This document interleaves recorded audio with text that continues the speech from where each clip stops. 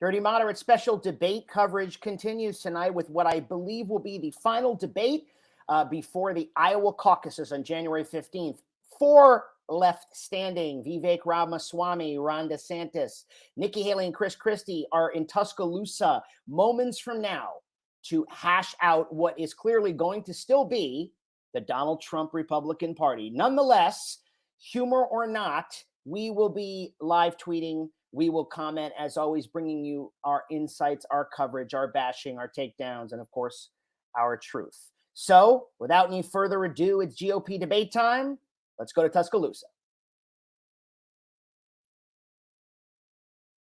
Presidential primary debate of the year, live from the University of Alabama. I'm Megyn Kelly, host of the Megyn Kelly Show podcast on SiriusXM. I'm Eliana Johnson with the Washington Free Beacon. And I'm Elizabeth Vargas with News Nation, and we are live on News Nation and the CW. It is make or break time for the candidates on this stage right now, with the primary starting just weeks away. And we have a lot to cover over the next 2 hours. So let's begin with tonight's rules.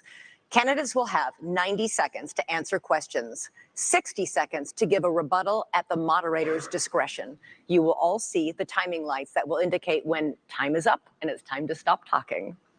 And the time we have is critical over the next 2 hours, so we ask the audience to please keep your applause to a minimum. All right, with that, let's get started. On stage tonight, 4 candidates, all vying to become their party's nominee.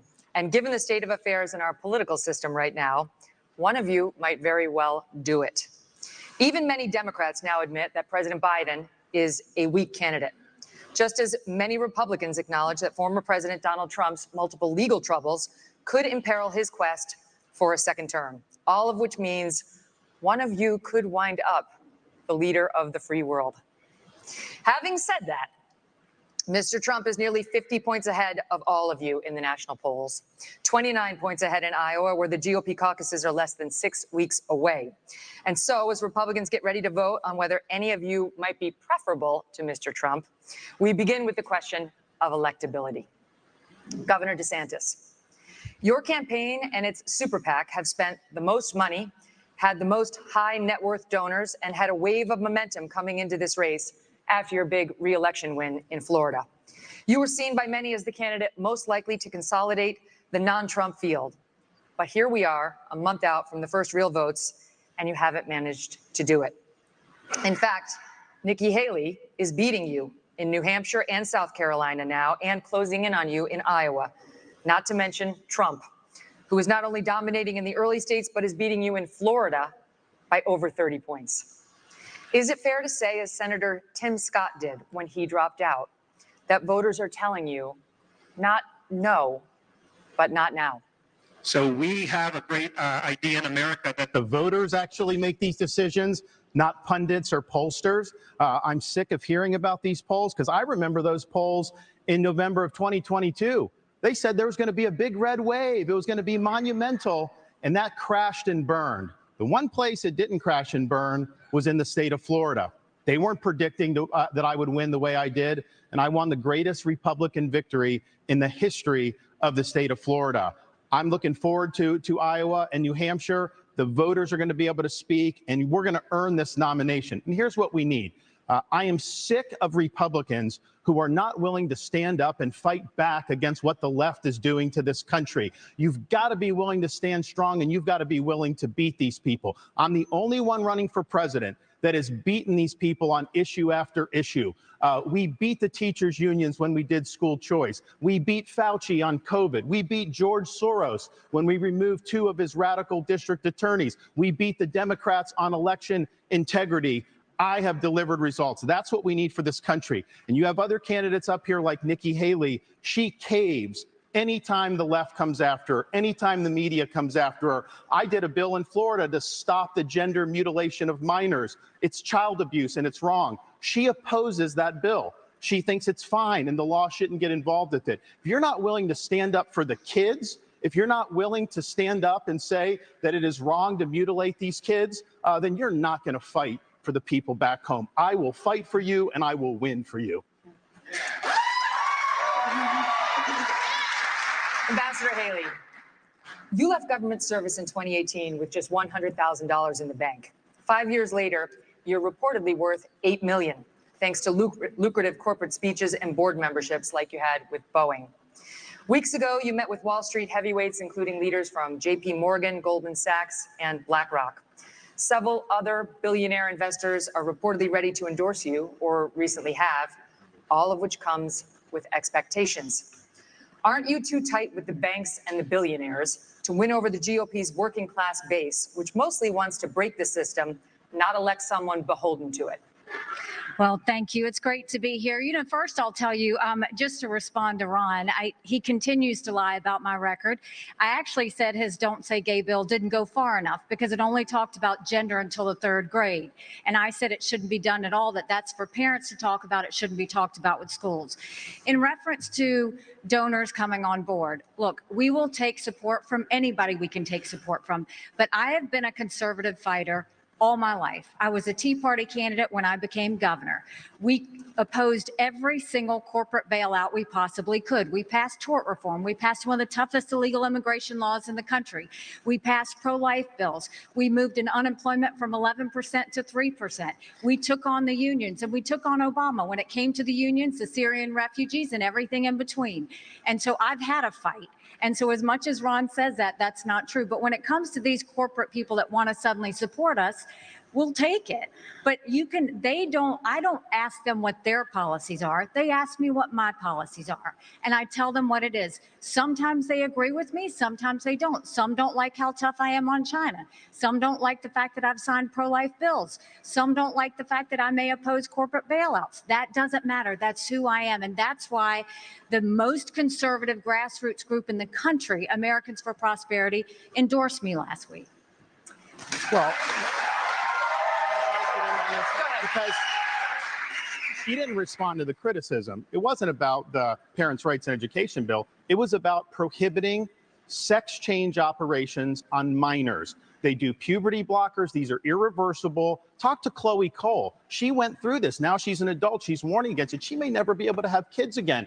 That is what Nikki Haley opposed. She said the law shouldn't get involved in that. And I just ask you, if you're somebody that's going to be the president of the United States and you can't stand up against child abuse, how are you going to be able to stand up for anything? That is the truth. We have it on video. I said that if you have to be 18 to get a tattoo, you should have to be 18 to have anything done to change your gender. You said the law should stay out of it. We're gonna get to this in more detail later. Let's finish with electability, but trust me, we're coming back to this issue. Mr. Ramaswamy, for months, you campaigned as a unifier. Then you stood up at the first debate and attacked all of your competitors as bought and paid for. The second debate, you changed your tune, saying, these are good people on this stage, admitting you can come across as a bit of a know-it-all and rejecting the practice of personal insults.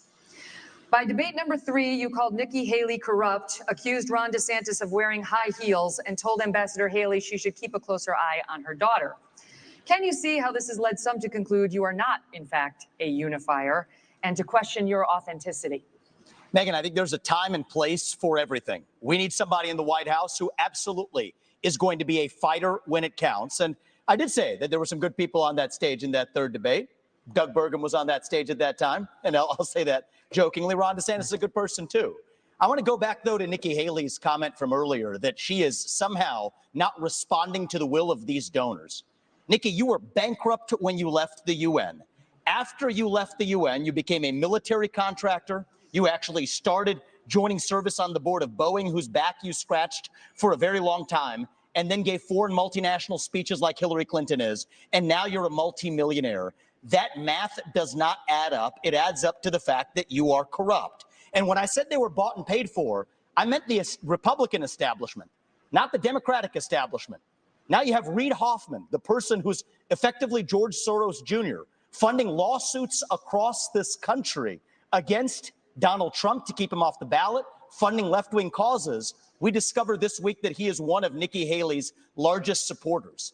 Larry Fink, the king of the woke industrial complex, the ESG movement, the CEO of BlackRock, the most powerful company in the world, now supporting Nikki Haley. And to say that doesn't affect her is false, because it's after that meeting later that day that she says that every American needs to be doxxed by having their ID, their government-issued ID, tied to what they say on the internet.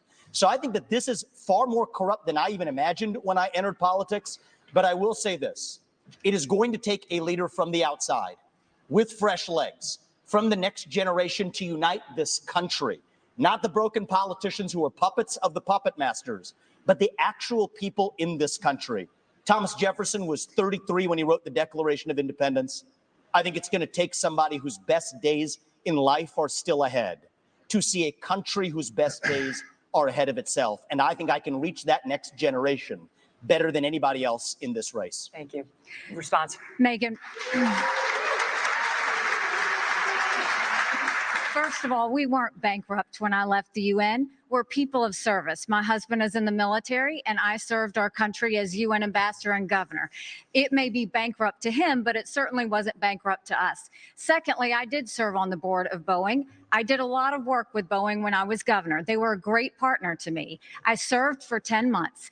And then when they decided after COVID that they wanted to go for a corporate bailout, I've never supported corporate bailout, so I respectfully stepped back and got off the board. I love Boeing. They build good commercial airplanes. They build airplanes for our Air Force. I am proud of them. They employ a lot of people in South Carolina, but that's why I left the Boeing board. There's nothing to what he's saying. And in terms of these donors that are supporting me, they're just jealous. They wish that they were supporting them, but I'm not going to sit there and Let me get the governor in, and then go So, to the governor's and hands. Vivek, Are you he jealous? wrote a book talking about ESG and these woke corporations and BlackRock. The idea that I want to do that in Florida, they were managing our part of our pension. And then when they did the ESG, I took $2 billion away from BlackRock. We took action. This ESG, they call it environment, social governance. And again, Nikki is meeting with all these people. They want to use economic power to impose a left-wing agenda on this country. They want basically to change society without having to go through the constitutional process. We've kneecapped it in the state of Florida. The next president of the United States needs to be able to go to that office on day one and end ESG. And the fact of the matter is, we know from her history, Nikki will cave to those big donors when it counts. And that is not acceptable. Well, I did write that book, Ron, and the irony is Nikki Haley was heaping praise on me when I wrote that book, but now I worry. I was warning about the woke industrial complex in this country as a warning. Apparently, she read it as a how-to manual, just like she reads George Orwell's books as well. And so I think that that's actually far more dangerous than, this is really important for people to understand. We're marching towards fascism under Biden. Jack Smith has subpoenaed every last retweet that someone has issued from Donald Trump in the year 2020. The only person more fascist than the Biden regime now is Nikki Haley, who thinks the government should identify every one of those individuals with an ID. That is not freedom. That is fascism. And she should come nowhere near the levers of power, let alone the White House. I've got to get to Governor Christie. I haven't forgotten No, about but you, can sir. I just say, But can you speak to, I really appreciate it. How you doing, sir? Good to see you. Can you please speak to the requirement that you said that every anonymous internet user needs to out themselves? They're both hitting you on it. I would be happy to, and I love all the attention, fellas. Thank you for that. I'll say this. What I said was that social media companies need to show us their algorithms. I also said there are millions of bots on social media right now. They're foreign, they're Chinese, they're Iranian. I will always fight for freedom of speech for Americans. We do not need freedom of speech for Russians and Iranians and Hamas. We need social media companies to go and fight back on all of these bots that are happening. That's what I said. As a mom, do I think that social media would be more civil if we went and had people's names next to that? Yes, I do think that, because I think we've got too much cyberbullying. I think we've got child pornography and all of those things. But having said that, I never said government should go and require anyone's name. That's false. She said, I want your name. She As President of the United States, her first day in office, she said, one of the first things I'm going to do. I said we were going to get the millions of bots. She wants government ID to dox every American. That's what she said. You can roll the tape. She said, I want your name. And that was going to be one of the first things she did in office. And then she got real serious blowback, and understandably so, because it'd be a massive expansion of government. We have anonymous speech. The Federalist Papers were written with anonymous writers. Jay, Madison, and Hamilton, they went under Publius. It's something that's important, and especially given how conservatives have been attacked and they've lost jobs and they've been canceled, you know the regime would use that to weaponize that against our own people. Okay, It was a bad I idea, have to say, and she should own up to it. Come on, now, what are I'll you give doing you here? 15 seconds, and then there is the governor, former governor of New This Jersey. cracks who me up deserves some because time. Ron is I got so hypocritical, because he actually went and tried to push a law that would stop anonymous people from talking to the press, and went so far to say bloggers should have to register with the state if they're going to write about elected officials. It was in the, check your newspaper. It was absolutely there. Some I legislators. have never Here's your said ammunition government to No more, use to no more. trample on your You can constitutional come back rights. to it later. This is No. more dangerous than the You're Democrats. lying. This section's over. Okay, Governor Christie. Really? Just that. I'm usually not somebody who gets missed, but okay, let's go. What's happening? Okay, I got you. Listen, you endorsed Donald Trump in 2016 and 2020. You gave him an A for his first term. Since then, however, you've turned on him, calling him a liar, a loser, a con man, and someone who cannot win. You've even said that you got into this race just to stop President Trump. His approval rating with Republicans is currently at 81%. Yours is at 25. Your best state is New Hampshire, and even there, 2/3 of GOP voters say they would be angry and disappointed if you won. Respectfully, Governor, you have not stopped Mr. Trump, and voters may wonder how you could possibly become the nominee of a party that does not appear to like you very much. Yeah, well, look, Megan, it's often very difficult to be the only person on the stage who's telling the truth, and the only person who is taking on what needs to be taken on. I look at my watch now. We're 17 minutes into this debate, and except for your little speech in the beginning, we've had these three acting as if the race is between the four of us. The fifth guy, who doesn't have the guts to show up and stand here, he's the one who, as you just put it, is way ahead in the polls. And yet I've got these three guys who are all seemingly to compete with, Voldemort, he who shall not be named. They don't want to talk about it. The fact is that when you go and you say the truth about somebody who is a dictator, a bully, who has taken shots at everybody, whether they've given him great service or not over time, who dares to disagree with him, then I understand why these three are timid to say anything about it. Maybe it's because they have future aspirations. Maybe those future aspirations are now, or maybe they're 4 years from now. But the fact of the matter is the truth needs to be told. And for us to go 17 minutes without discussing the guy who has all those gaudy numbers you talked about is ridiculous. I'm in this race because the truth needs to be spoken. He is unfit. This is a guy who just said this past week that he wants to use the Department of Justice to go after his enemies when he gets in there. I mean, the fact of the matter is, he is unfit to be president, and there is no bigger issue in this race, Megan, than Donald Trump, and those numbers prove it. Governor Christie, we will be addressing that issue of Donald Trump in just a moment, but I'd like to first get to some questions on Israel. Governor DeSantis, tonight as we speak, the war is back on in Gaza. Israeli tanks are on the move and have surrounded the home of the leader of Hamas. 8 Americans have been held hostage in the tunnels beneath Gaza for 60 days now. American troops and warships in the Middle East are under attack. How far would you go as president to secure the release of those 8 American hostages? And would it include sending American forces into combat?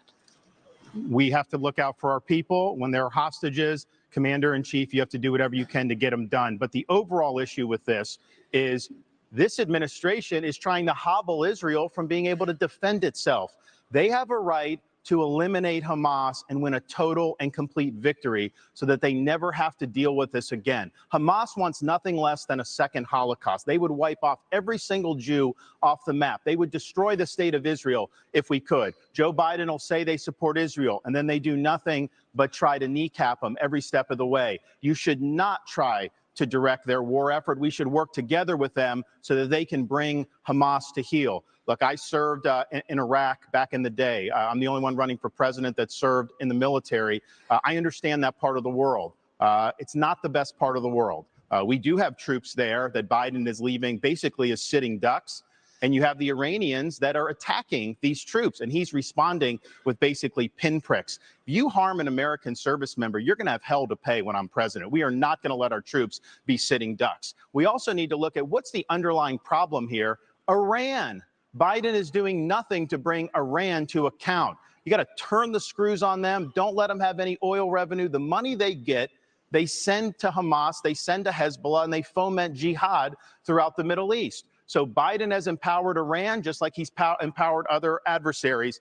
We stand with Israel. They're our best ally in the Middle East. We have a unique relationship with them, and you will see a strong relationship when I'm the president of the United States. But would you send American troops? Elizabeth, look, this is the problem with the first three debates. Ron gets asked a question, and he doesn't answer it. Your question was very specific. You said, would you send American troops as commander-in-chief? And he went on to this minute and 30-second hosanna about his knowledge of the military and what we need to do, and didn't answer your question. Look, when you're president of the United States, you're not going to have a choice whether to answer that question or not. Your generals, your Secretary of Defense, your Secretary of State, your National Security Advisor are going to present plans to you. They're going to look at you and say, do we go or don't we, Mr. President? And you can't give a 90-second speech about your military services. So would you send American troops in to rescue those hostages? Absolutely. If they had a plan which showed me that we could get them out safely, you're damn right I'd send the American Army in there to get our people home and get them home now. And I'll answer that question directly. Thank you, Governor Christie. Mr. Ramaswamy, you have said it was irresponsible for Ambassador Haley to call Hamas's terrorist rampage an attack on America and for her to, quote, rabidly shout, finish them, end quote. The Hamas terror attack left dozens of Americans dead and was the deadliest attack on Jews since the Holocaust. Why wouldn't it be a good thing to finish Hamas? Finish them was purposefully vague in a discussion that included Iran, which is what I objected to. And I think it's, as U.S. president, you have to be responsible. What happened to Israel was dead wrong. What Hamas did was medieval. It was subhuman. It was immoral. And we have to call that out for what it is on October 7th. But to say that that was an attack on America fails a basic test. I mean, Nick, if you can't tell the difference between where Israel is and the U.S. is on a map, I can have my 3-year-old son show you the difference. That is irresponsible because it has major consequences, because that doesn't leave room for what actually is an attack on America. So I believe I have the strongest pro-Israel position actually on the stage, even though it's a little bit different than the standard GOP talking points. And it is this. The founding vision of Israel, David Ben-Gurion, the George Washington figure of Israel, what did he believe? He believed that we don't want, as Israel, to depend on the fleeting sympathies of the West and have our hands tied. I think Israel has an absolute right to defend itself to the fullest, without the U.S., the UN, or the EU, or anybody else second-guessing their decisions, as the Biden administration, guess what, is now starting to do. I think that's a more deeply pro-Israel position than anybody else, and it keeps the actual lines of accountability clear because it is a pro-American position. And as leader of the United States of America, just as a father of 2 sons, my sole moral duty is to my family. As your next president, my sole moral duty is to you, the people of this country. That's how I'm going to lead. So I'll tell Bibi, you smoke the terrorists on your southern border, you go ahead and we're rooting for you. We're going to smoke the terrorists on our own southern border, and that's how I'm going to lead this country. But Americans were killed in that attack. Americans were killed in that attack. And so if you looked at this terrorist attack and the number of Americans, this would be one of the top 10 terrorist attacks in American history. So our own people were killed in that attack. And I think it's absolutely appropriate to point that out and to say that we're in this together and we are going to work with Israel so that these people are brought to justice. I agree with that. Ambassador Haley, I'm coming to you. Iran is on the threshold of becoming a nuclear state. The Wall Street Journal reported that Iranian military leaders gave the green light for Hamas's attack on Israel. You said in last month's debate that, by contrast to the Biden administration's approach to Iran, you would, quote, punch them once and punch them hard. Were you saying that it's time to bomb Iran? No, I was not saying it's time to bomb Iran, but I will tell you, I dealt with Iran every day when I was at the United Nations, and they only respond to strength. What they don't respond to is when you weaken the sanctions like they did on Iran, that allowed China to send them billions to fill their proxies. What they don't respond to is when you give $6 billion for 5 hostages, that only makes them want more hostages. What they don't respond to is when they do 140 strikes on our men and women in Syria and Iraq, and we do nothing but just some small shots back. You've got to punch them, you've got to punch them hard, and let them know that. That's the only way they're going to respond. So the way you do that is you go after their infrastructure in Syria and Iraq where they're hitting our soldiers. That's what you do, and then that's when they'll back off. The problem is you have to see that all of these are related. If you look at the fact Russia was losing that war with Ukraine. Putin had hit rock bottom. They had raised the draft age to 65. He was getting drones and missiles, drones from Iran, missiles from North Korea. And so what happened? When he hit rock bottom, all of a sudden, his other friend, Iran, Hamas goes and invades Israel and butchers those people on Putin's birthday. There is no one happier right now than Putin because all of the attention America had on Ukraine suddenly went to Israel. And that's what they were hoping is going to happen. We need to make sure that we have full clarity that there is a reason, again, that Taiwanese want to help Ukrainians because they know if Ukraine wins, China won't invade Taiwan. There's a reason the Ukrainians want to help Israelis because they know that if Iran wins, Russia wins. These are all connected. But what wins all of that is a strong America, not a weak America. And that's what Joe Biden's given us. I want to say one thing about the tie to Ukraine, if I may. So foreign policy experience is not the same as foreign policy wisdom. I want everybody at home to know that I was the first person to say we need a reasonable peace deal in Ukraine. Now a lot of the neocons are quietly coming along to that position, with the exceptions of Nikki Haley and Joe Biden, who still support this, what I believe is pointless war in Ukraine. And I think those with foreign policy experience, one thing that Joe Biden and Nikki Haley have in common is that neither of them could even state for you 3 provinces in eastern Ukraine that they want to send our troops to actually fight for. Look at that. This is what I want people to understand. These people have, I mean, she has no idea what the hell the names of those provinces are, but she wants to send our sons and daughters and our troops and our military equipment to go fight it. So reject this myth that they've been selling you, that somebody had a cup of coffee stint at the UN and then makes $8 million after, has real foreign policy experience. It takes an outsider to see this through. Look at the blank expression. She doesn't know the names of the provinces that she wants to actually fight for. And there's her puppet masters right there, the donors right there that are playing like the puppet masters. Hold on. Let me just say something here. You know, his reasonable peace deal in Ukraine, he made it clear. Give them all the land they've already stolen, promise Putin you'll never put Ukraine in Russia, and then trust Putin not to have a relationship with China. Let me tell you something. That's no That's reasonable. not my deal. That's not my deal, yes, Chris. It's exactly what you said. You do this at every debate. I'll tell you exactly what it is. Don't interrupt me. I didn't interrupt you. Okay? You say this. You do this. You do this at every debate. You go out on the stump and you say something. All of us see it on video. We confront you out on the debate stage. You say you didn't say it, and then you back away. And I want to say exactly what I said, Chris. I'm not done yet. Well, this is now look. This is and here's nonsense. This man is spewing. This man is spewing nonsense. Let me tell you something. This is the fourth debate that you would be voted in the first 20 minutes as the most obnoxious blowhard in America. So shut up for a little while. I'm going to respond to that. I want to say your version of We're going to let you respond to that. We're going to let you respond to that. Let him finish. I want to say something else. We're now 25 minutes into this debate, and he has insulted Nikki Haley's basic intelligence, not her positions, her basic intelligence. She doesn't know regions. She wouldn't be able to find something on a map that his 3-year-old could find. Look, if you want to disagree on issues, that's fine. And Nikki and I disagree on some issues. But I'll tell you this. I've known her for 12 years, which is longer than he's even started to vote in a Republican primary.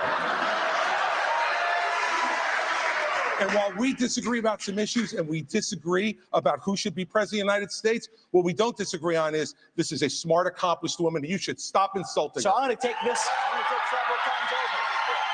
So first of all, I think we just learned something from Christie. We learned 3 things.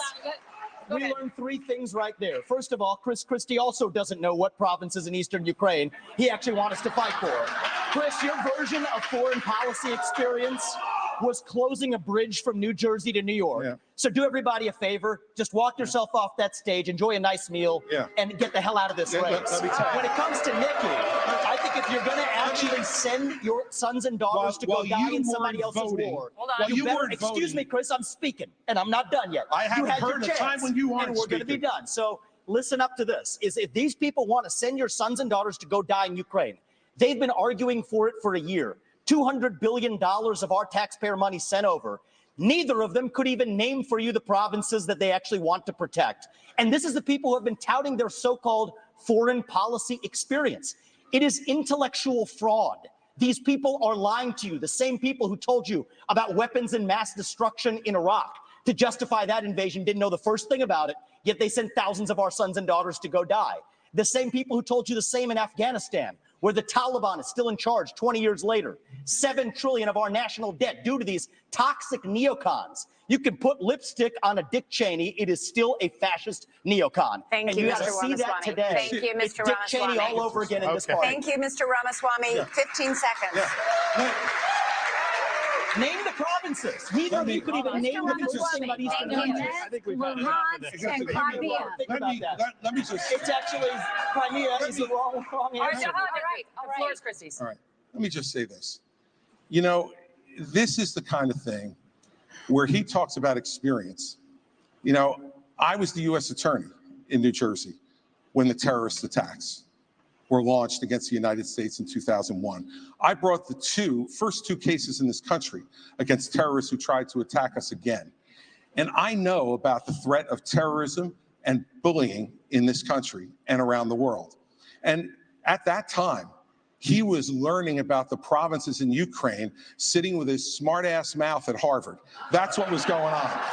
And so the fact of the matter is, and back then he was a Democrat. So, you know, the fact is that all he knows how to do, Well, you were busy hugging Barack all he Obama knows how getting to him do, Thank you. all he knows how to do is insult good people who have committed their lives to public service and not say anything that moves the ball down the field for the United States. All right, thank you, Governor Christie. We are going to take a quick break, cool things down a little bit. When we come back, we're going to tackle issues on the southern border. We'll be back in a few minutes.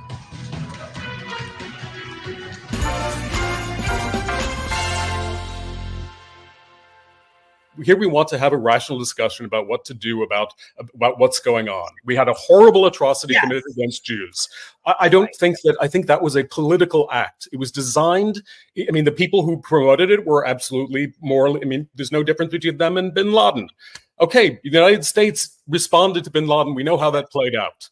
Basically, now the United States has lost influence in the world. It is now. Okay. Why do we want to enable this? Here's the difference between the United States response to bin Laden is bin Laden is not like camped out on the borders of the United States. Yes, it doesn't matter whether it was. Well, no, I think it does matter because then it's like if you don't I don't understand what the alternative is, because otherwise you're basically saying like, why don't the Israelis just lay down and die? You have to ask the question: who created Hamas? You know, the Netanyahu government obviously preferred and has openly stated that it preferred to essentially support Hamas in order to undermine the Palestinian Authority, which it didn't. So it could essentially promote its policies in the West Bank, which are morally unacceptable. The Qataris were brought in 2018 by the United States with Israel's approval to provide aid to Hamas. Much of it was humanitarian, but other parts of it were military and other provisions. Iran, you have rather credible reports that some hundreds of Hamas fighters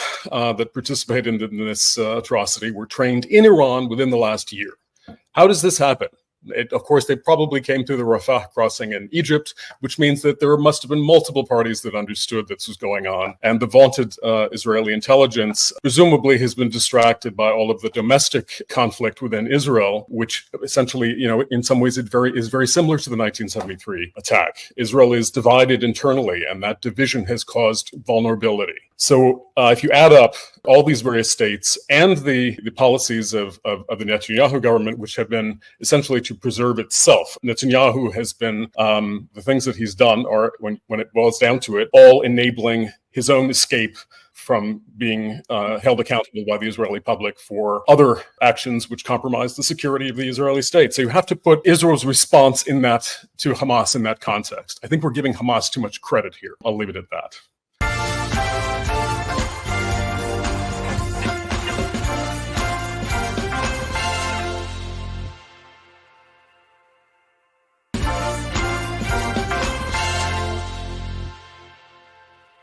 I think one of the interesting moments now in our politics is I think the Democratic Party has a real opportunity to reclaim some of that They do. strong on foreign policy. Yep. And if they do, it'll be transformational. Right. It's just fascinating. I mean, who is it that gets on a plane and goes to Taiwan? Nancy Pelosi. I know. You know, who is it that gets on a plane, flies to Warsaw, takes a 10-hour train, and gets, you know, the first American president in a war zone that we didn't control in history, to stand by the Ukrainian people, you know, a Democratic president, and putting together a coalition that really is saving the Western world.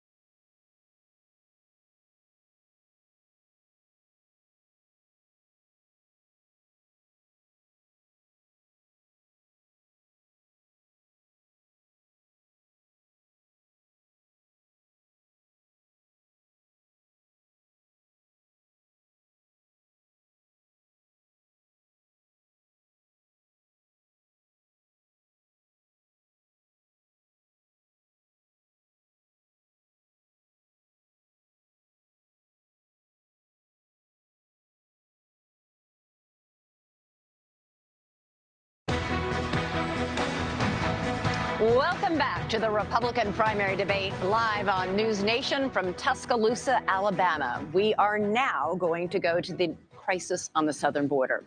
Polls show immigration and the crisis are among the most pressing issues for Republican voters right now. Both the issue of migrants crossing illegally into our country and the separate issue of fentanyl being smuggled in mostly through legal ports of entry. All year, News Nation has been at the border documenting the crisis. In 2023 alone, Border Patrol encountered a record 2.4 million migrants. All four of you have talked tough. The question now is, how realistic is the talk? So, Governor DeSantis, I'd like to start with you. You have pledged to send the military to the southern border on day one of your administration with orders to shoot, quote, stone cold dead anyone illegally entering with a backpack that you believe contains fentanyl. Critics have called this a shoot first, ask questions later policy that would amount to extrajudicial killing. You are a former military lawyer. Why do you think this idea of yours would be legal? The drug cartels are invading our country and they are killing our citizens by the tens of thousands every year. We had a situation in Florida. There was an 18-month-old baby that was crawling on the floor of an Airbnb rental. There was fentanyl residue on the carpet and the baby died. Is this acceptable in this country? I know the elites in DC, they don't care. They don't care that fentanyl's ravaging your community. They don't care that illegal aliens are ravaging our community and overwhelming our community. The commander-in-chief not only has a right, you have a responsibility to fight back against these people. And does that mean shooting first? It means you're gonna categorize them as foreign terrorist organizations, and we will identify just like we would anywhere. When I was in Iraq, the Al-Qaeda wasn't wearing a uniform.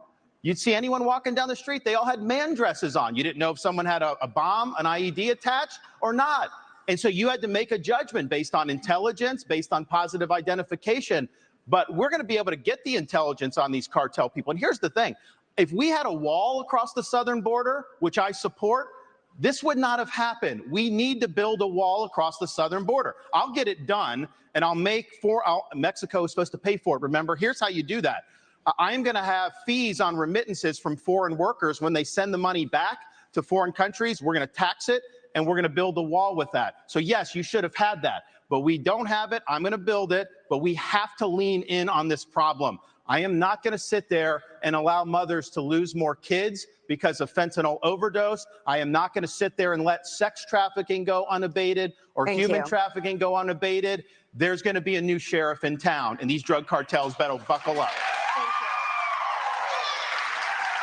you. Ambassador Haley, You have pledged to catch and deport all migrants who are here in this country illegally. But then you said in Londonderry, New Hampshire last month that you will not deport those who are working and paying taxes rather than feeding off the system. Which is it? So first of all, what I said is all of the 7 or 8 million illegals that have come under Biden's watch absolutely have to go back. We have to stop the incentive of what's bringing them over here in the first place. Biden just gave temporary protective status to 500,000 Venezuelans. That's 500,000 Social Security cards. That's 500,000 driver's licenses. And I know from my time at the United Nations, the first thing they do is pick up the phone and said, we came over, come on over. And that's what sends more. You have to go and deport these people so they know it can't happen again. For those that have been here longer than that, we've got to start seeing who is it, how long have they been here, have they been vetted, have they paid taxes, have they been working, and figure out who else is out there. But what I know is my parents came here legally. They put in the time, they put in the price. They are offended by those that are coming illegally. We can't let them skip the line. But when you talk about fentanyl like you did before, let's look at something else. Yes, I think we should send special operations over and take out the cartels. I think we should do a remain in Mexico policy so they never step foot in U.S. soil in the first place. But look at where fentanyl came from. Let's go to the heart of the matter. It came from China. That's why we need to end all normal trade relations with China until they stop murdering Americans with fentanyl. I promise you, they need our economy. They will immediately stop that. But this is where Trump went wrong. Trump was good on trade, but that's all he was with China. Because here he allowed fentanyl to continue to come over. He continued to allow them to he would give them technology that would build up their military and hurt us. He allowed the Chinese infiltration for them to buy up farmland, to put money in our universities, and to continue to do things that were harmful for America. We now have a spy base in Cuba and police stations, and Trump didn't do anything about it. Thank you. China, though, I mean, this is rich, because when she was governor of South Carolina, she was the #1 ranked governor of bringing the CCP into her state. She wrote a love letter to the Chinese ambassador saying how great a friend China is. You can look at it. We put it on our website, rondesantis.com. There's also a video of her as governor standing in front of a Chinese flag with a Chinese business saying that she now works for them, talking about this Chinese company. So she's been very weak on China. Now, here's the problem. The rhetoric is different, but her donors, these Wall Street liberal donors, they make money in China. They are not going to let her be tough on China, and she will cave to the donors. She will not stand up for you. 15 seconds, Ambassador. First of all, he's mad because those Wall Street donors used to support him and now they support me. The second thing is he has a company, a Chinese company, UGAS, that he just did a rally there last year. They have given you $340,000 in campaign donations between them and their employees. They are tied to the Communist Chinese Party. Jinko Solar is another one. They went and expanded. You gave $2 million in subsidies. I banned China from buying land in the state of Florida. The Department of Homeland I ejected the Confucius Institute. Nikki Haley brought Confucius Institutes to the universities in South Carolina. That is not true. I ejected them. So I have a record of standing up and do what's right. And here's the thing. You have a record of lying. She's trying to say things like that. Even the liberal media groups that usually if I say the sky is blue, they'll fact check me and say that's wrong. They looked at her charges. They said it was totally false, that they could not find one instance of me recruiting a Chinese business coming to Florida. You know why? Because we never recruited any Chinese businesses to the state of Florida. Thank you. Mr. Ramaswamy, over the past year, fentanyl has killed more than 75,000 Americans, 1,000 of them right here in Alabama. You have vowed to use the military to, quote, annihilate drug labs inside Mexico, something the president of Mexico said would be a hostile act. But fentanyl can easily be made anywhere, and labs that are shut down can easily and quickly be replaced. Are your tough enforcement policies offering false hope to a country racked by addiction? To the contrary, I don't think it's going to have to come to that if we deal with the actual demand side problem that we also have in this country. I mean, the easy part is talking about how we're going to use our military to secure the border. I will, and I believe that everybody else wants to do the same thing. But the harder part is dealing with the crisis of purpose and meaning, the mental health epidemic raging across this country like wildfire. And there's a reason why after the opioid crisis, you see fentanyl And even after we get fentanyl, and we are going to be sure to make sure we do it, this one is worse for many reasons. They're illegally lacing it into pharmaceuticals, so it's more dangerous. But we're deluding ourselves. The real false promise here is thinking that we're going to have dealt with that underlying mental health epidemic in this country by just dealing with the demand side of it. But I want to get back to this issue of the root cause, because a lot of these are coming from labs in Wuhan, China, of all places. Drug materials that are going to the Mexican drug cartels that they're pumping across that southern border like a modern opium war.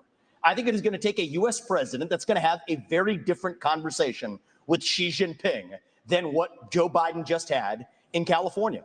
I will tell Xi Jinping, you will not only not buy land in this country or donate to universities in this country, U.S. businesses won't expand into the Chinese market until they're playing by the same set of rules. And the same country that's putting fentanyl into illegal pharmaceuticals in Mexico, it's no coincidence, is the exact same country that also unleashed hell on the world with the COVID-19 pandemic. We also have to hold them accountable with every financial lever that we have available. That is what it actually means to stand with a spine. And you mark my words, if we're willing to stand with the spine, China will absolutely have to fold because they're in a tougher spot than we are. And then we're back to playing by the same set of rules. Thank you, Mr. That's the Ramaswamy. answer. Thank you. Let's talk about the economy. Ambassador Haley, homeownership has always been part of the American dream, but it's increasingly out of reach for younger Americans. This year, mortgage rates reached 30-year highs. Home prices have risen $190,000 over the past decade. Is this the free market at work? Or should the federal government do something to make homes more affordable? Well, first of all, I mean, you're exactly right. My daughter just got married, and I saw how hard it was for her and her husband to buy a home. Right now, the average homeowner in America is 49 years old. You've got young people everywhere. That used to be the American dream, and now it's out of reach. But you look at what happened. You first of all look at what the Fed did. The Fed did a terrible job when they allowed all of that money to go through. You saw the Treasury bond rates go up. That affected mortgage rates, that affected automobile rates, that affected insurance rates. And so now we have a high interest rate. You've got a supply issue. Ask any builder. The supply issues have continued to be there. That's caused the rate to go up. And then you've got insurances that have gone up. And so what you have is a lot of younger people who, one, can't afford a home, but two, the banks aren't lending them any money. They've made the regulations so hard that they don't want to give loans on mortgages anymore. So what we have to do is we have to open it up. We have to, one, grow our economy so that people have more money in their pockets. We've got to look at the supply chain and make sure that we are funneling that so that builders don't have to sit there and go overseas to find things. And then we need to make sure that we really stop paying down this debt, make sure that we stop the borrowing, stop the spending. I'll veto any spending bill that doesn't take us back to pre-COVID levels, because our kids are not going to forgive us for all the spending that happened. And as much as everybody wants to talk about how Donald Trump had a good economy, $9 trillion in debt, he did just in 4 years. And we're all paying the price of that, including those mortgage prices. We're going to come back to President Trump, I promise.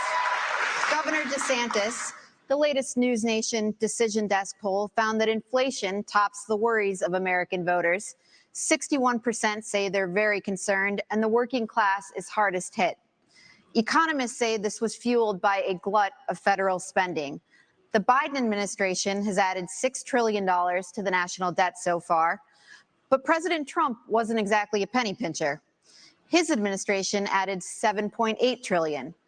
Do Republicans, including President Trump, share the blame for inflation? And what concrete steps would a President DeSantis take to help Americans make ends meet? The borrowing, printing, and spending of money was both parties in Washington, D.C. That's just a fact.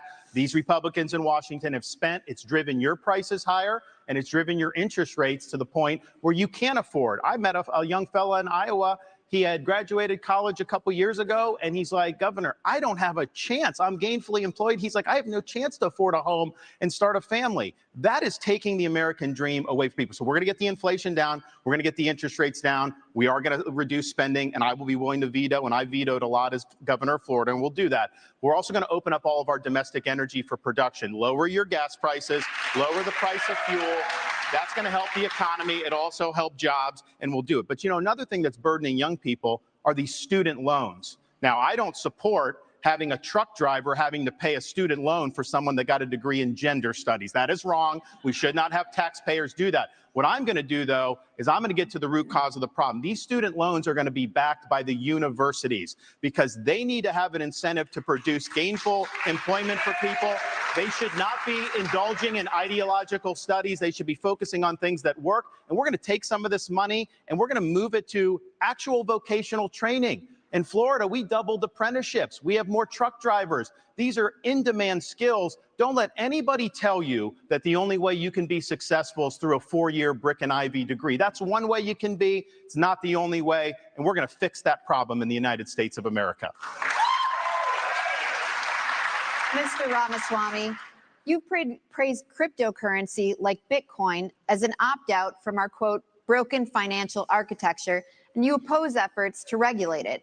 The head of the largest international crypto exchange just pleaded guilty to allowing his platform to launder money for terrorists, including Hamas. You say your cryptocurrency plan will, quote, ensure economic freedom for Americans, end quote. Won't it also ensure economic freedom for fraudsters, criminals, and terrorists? Look, fraudsters, criminals, and terrorists have been defrauding people for a long time. Our regulations need to catch up with the current moment. The fact that SBF was able to do what he did at FTX shows that whatever they have as the current framework isn't working. And I think it is nothing short of embarrassing that Gary Gensler, the current leader of the SEC, in front of Congress, could not even say whether Ethereum counted as a regulated security or not. And so I think that this is just another example of the administrative state gone too far. Here's the dirty little secret in American politics today. The people who we elect to run the government are not the ones who are even actually running the government. It is the bureaucrats in those 3-letter agencies that are writing regulations that Congress never gave them the authority to write. And the good news is a U.S. president can absolutely fix that. That takes a U.S. president with a spine. So what I've said is in my administration, by the end of year 1, we will have a 75% reduction in the number of federal bureaucrats. We will shut down government agencies that should not exist.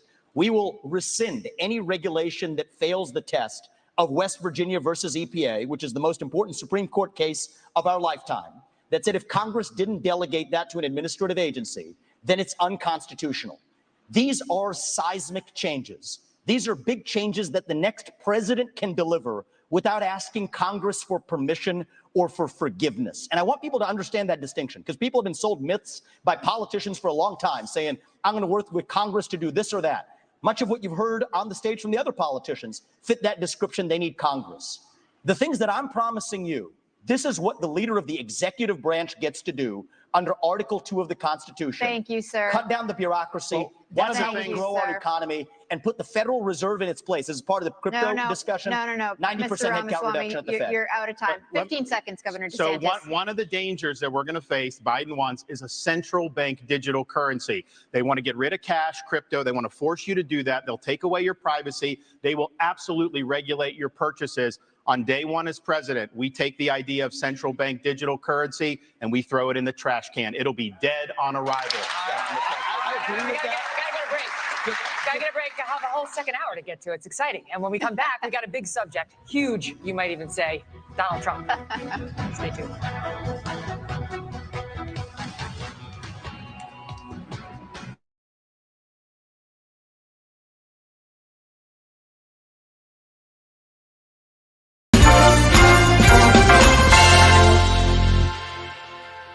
As soon as the decision came down, Vice President Gore told his staff, don't trash the Supreme Court.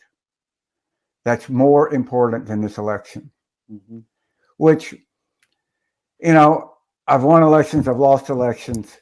Losing an election like that, and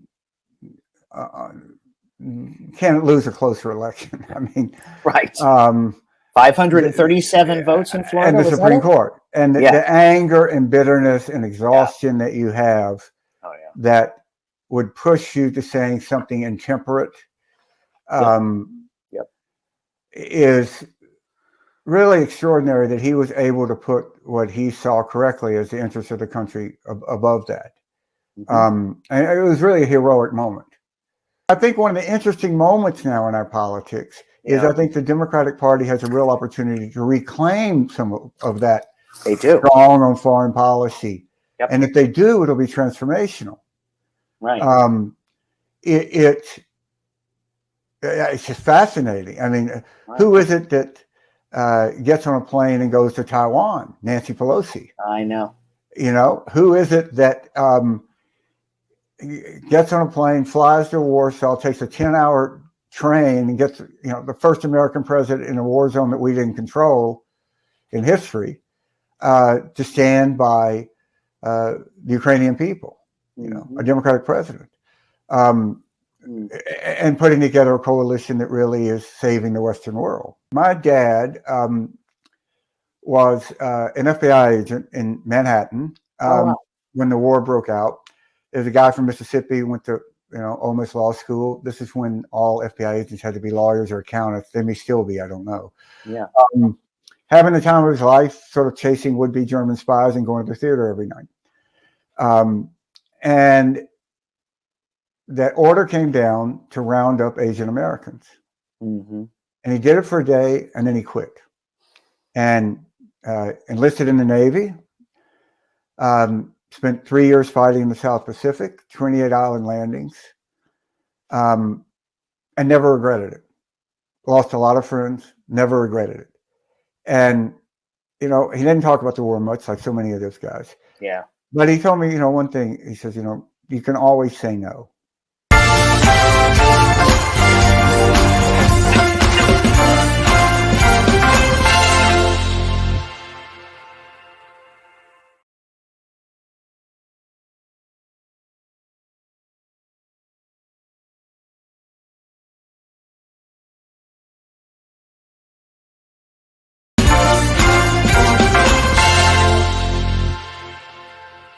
Here we want to have a rational discussion about what to do about what's going on. We had a horrible atrocity committed against Jews. I think that was a political act. It was designed. I mean, the people who promoted it were absolutely moral. I mean, there's no difference between them and bin Laden. Okay, the United States responded to bin Laden. We know how that played out. Basically, now the United States has lost influence in the world. It is now. Okay. Why do we want to enable this? Here's the difference between the United States response to bin Laden is bin Laden is not like camped out on the borders of the United States. Yes, it doesn't matter whether he was camped well, out. no, I think it does matter, because then it's like if you don't I don't understand what the alternative is, because otherwise you're basically saying, like, why don't the Israelis just lay down and die? You have to ask the question, who created Hamas? You know, the Netanyahu government obviously preferred and has openly stated that it preferred to essentially support Hamas in order to undermine the Palestinian Authority, which it didn't. So it could essentially promote its policies in the West Bank, which are morally unacceptable. The Qataris were brought in 2018 by the United States with Israel's approval to provide aid to Hamas. Much of it was humanitarian, but other parts of it were military.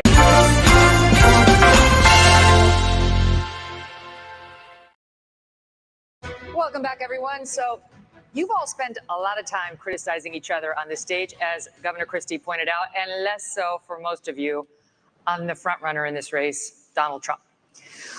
We invited him to come tonight, as you know, but he declined to come. But we'd like to ask you a couple questions about him now. Ambassador Haley, former President Trump recently promised, if he's reelected, to bring back and expand his program restricting immigration from Muslim countries. Here he is in Iowa on October 16th. No longer will we allow dangerous lunatics, haters, bigots, and maniacs to get residency in our country. We're not going to let them stay here. If you empathize with radical Islamic terrorists and extremists, you're disqualified. You're just disqualified. Ambassador Haley, do you support President Trump's plan for ideological screening? Well, I don't think that you have a straight up Muslim ban as much as you look at the countries that have terrorist activity that want to hurt Americans. You can ban those people from those countries. That's the way we should look at it, is which countries are a threat to us. You look at what came across the southern border. What worries me the most are those that came from Iran, from Yemen, from Lebanon, those areas where they say death to America. That's where you want to be careful. It's not about a religion. It's about a fact that certain countries are dangerous and are threats to us. A president has one job, and that's to keep Americans safe. And that's what we've got to do, is make sure that we have good national security in that process. And that's the way you should look at it, is where the terrorist threats are, how we're going to deal with it, and what we're doing about it. And the biggest threat we have right now is communist China. But you have to also look at what Iran and Russia are doing as well. And we need to be paying attention to that. That's why we have to focus on things like cyber, on space, on artificial intelligence, and not just the regular things that we've always focused on. It's not just terrorism, though. That's important. But look what's happened in Europe. You have more anti-Semitism in Germany than at any time since Adolf Hitler. Why? Because they imported mass numbers of people who reject their culture. Europe is committing suicide with the mass migration, and it's illegal and legal. Nikki Haley said the other day there should be no limits on legal immigration, and that corporate CEOs should set the policy on that. There needs to be limits on immigration, and we should not be importing people from cultures that are hostile. So, for example, I said with the Gaza, you had some of the squad wanted to import 300,000 people from the Gaza Strip. I said, no, we're not taking anyone from Gaza because of the anti-Semitism and because they reject American culture. So we've got to get smart about this. We cannot let the United States be like Europe. So Governor there's Christie. a lower-hanging fruit here, if I may just hit this point, because it relates to what they just said. There are things that the government can do right now that nobody's talking about amongst the professional politicians in this race. What about all of the illegals who are already here? Here's the answer. There's 287G in the law. That is a provision that already allows ICE agents to deputize or allow local law enforcement to enforce those ICE warrants. And it shocks me that nobody in the Republican Party is talking about it, because there are 1 million then officials, law enforcement officials in this country. And against that backdrop, we absolutely have the ability to deport anybody who's in this country illegally. Thank you, we Mr. need to be talking about Ramaswamy. more in this country. Thank you. Governor Christie. I actually did that as governor of South Carolina. Governor Christie asked last night in Iowa whether he would be a dictator if he wins a second term in office. Donald Trump quipped, no, quote, except for day one, promising to seal the southern border. He has also pledged to begin the largest deportation operation in American history, saying that migrants are, quote, poisoning the blood of our country. He has pledged to round up and expel an estimated 11 million undocumented immigrants in the United States. What do you make of that plan? I think it's completely predictable. I mean, look, he's made it very clear. There's no mystery to what he wants to do. He started off his campaign by saying, I am your retribution. 8 years ago, he said, I am your voice.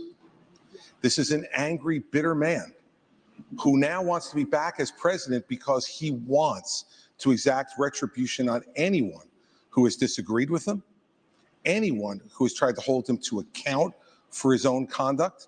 And every one of these policies that he's talking about are about pursuing a plan of retribution. And yet, at the first debate, my three colleagues on this stage, when asked if he would be convicted of federal felonies, would they still support him, raise their hand, looked into the camera, and let everybody know that they would still support him even if convicted of federal felonies. Federal felonies, by the way. Federal felonies which involve our election process, federal felonies which involve the most sensitive of our governmental secrets, federal felonies where he instructed others to commit crimes, folks who are now agreeing to go to jail because of what they did in his name. So do I think he was kidding when he said he was a dictator? All you have to do is look at the history. And that's why failing to speak out against him, making excuses for him, pretending that somehow he's a victim, empowers him. You want to know why those poll numbers are where they are? Because folks like these three guys on the stage make it seem like his conduct is acceptable. Let me make it clear. His conduct is unacceptable. He's unfit, and be careful of what you're going to get. If you ever got another Donald Trump term, he's letting you know, I am your retribution. He will only be, Elizabeth, he will only be his own retribution. He doesn't care for the American people. It's Donald Trump first. Thank you, Governor Christie. Governor DeSantis. Governor DeSantis. Thank you. Thank you. Governor DeSantis, Donald Trump would be older on day one of his second presidency than Joe Biden was on day one of his first. You have said Trump is not the same man he was when he ran in 2016. Your campaign is running ads showing Trump confused. And you have said he has, quote, lost the zip on his fastball. You seem to be saying Donald Trump is no longer mentally fit to be president. Is that what you think? Look, he is showing father time is undefeated. The idea that we're going to put someone up there that's almost 80 and there's going to be no effects from that, we all know that that's not true. And so we have an opportunity to do a next generation of leaders and really be able to move this country forward. We also need a president that can serve 2 terms. I don't think Donald Trump, I think he's going to have, I don't think he'd be able to get elected. The Democrats want him to be the nominee. We see that. They are going to turn the screws the minute, if he got the nomination, but do you think he's mentally fit to be president? I think we need to have somebody younger. I think when you get up to 80, I don't think it's a job for that. But let me just respond to some of the things there. Look, the media is making a big deal about what he said about some of his comments. I would just remind people that is not how he governed. He didn't even fire Dr. Fauci. He didn't fire Christopher Wray. He didn't clean up the swamp. He said he was going to drain it. He did not drain it. He said he was going to build the wall and have Mexico pay for it. We don't have the wall. He did say in 2016 he'd have the largest deportation program in history. He deported less than Barack Obama did when Barack Obama was president. So some of these policies he ran on in 16, I was cheering him on then, but he didn't deliver it. Here's what I can promise people. 100% of the things I promised as governor, I delivered on those promises. I beat the left time and time again, and that's what I'll do for you as president. We got to start winning again as a party. Yes, win the election, but we've got to start getting these issues. I will go in and wreak havoc on this bureaucracy. You will see people fired, and we are going to bring a reckoning for how this government handled COVID-19. Now, Chris, you had your chance to wax eloquent on Donald Trump. You've been doing it all this whole race. Why doesn't he just answer the question? The question was very direct. Is he fit to be president or isn't he? The rest of the speech is interesting, but completely non-responsive. And if we were in a courtroom, they'd strike the answer and say, Governor DeSantis. No, they would. They would say that you're a smart man. No, they would. No, they wouldn't. They would Chris. Strike the answer because you're not answering. You is just he don't fit? like. You have your thing. Is he fit or isn't he? No, I don't have my thing. We don't. He's the thing. Is he fit or isn't he? Do you're talking about him being 80 years old. It doesn't mean that somebody couldn't get elected. That's up to the people that Governor DeSantis, let him finish. Governor DeSantis, let him finish. Ron, I think we have an opportunity to do somebody who is in the prime of their life. We don't have to worry about all this stuff with confidence. We can get it done, and we'll do it. I'm going to come to you. Finish. Look, father time is undefeated. I don't know how he would score on a test, but I know this. We have an opportunity to nominate someone and elect someone for 2 terms who's going to be spitting nails on day one and for 8 years deliver you big result. We should not nominate somebody who's almost 80 years old. Okay. He's afraid to answer. No, I'm not. You have to either you're afraid or you're not listening. No, it's not. There's a simple question. Is he fit? Nobody can hear this. No one can hear you. They can't hear you. You finish, and then you get it back. All right. Look, I'm a simple guy. Okay, I hear the question and I answer it. Is he fit or isn't he? I'll concede you're fit, Ron. You're a new generation. You're 44 years old. I wish I was still 44 years old. Okay? 45. So, well, congratulations. I'd still take 45. Is he fit or isn't he? And this is the problem with my 3 colleagues. They're afraid to offend. And let me tell you something. If you're afraid to offend Donald Trump, then what are you going to do when you sit across from President Xi, you sit across from the Ayatollah, you sit across from Putin?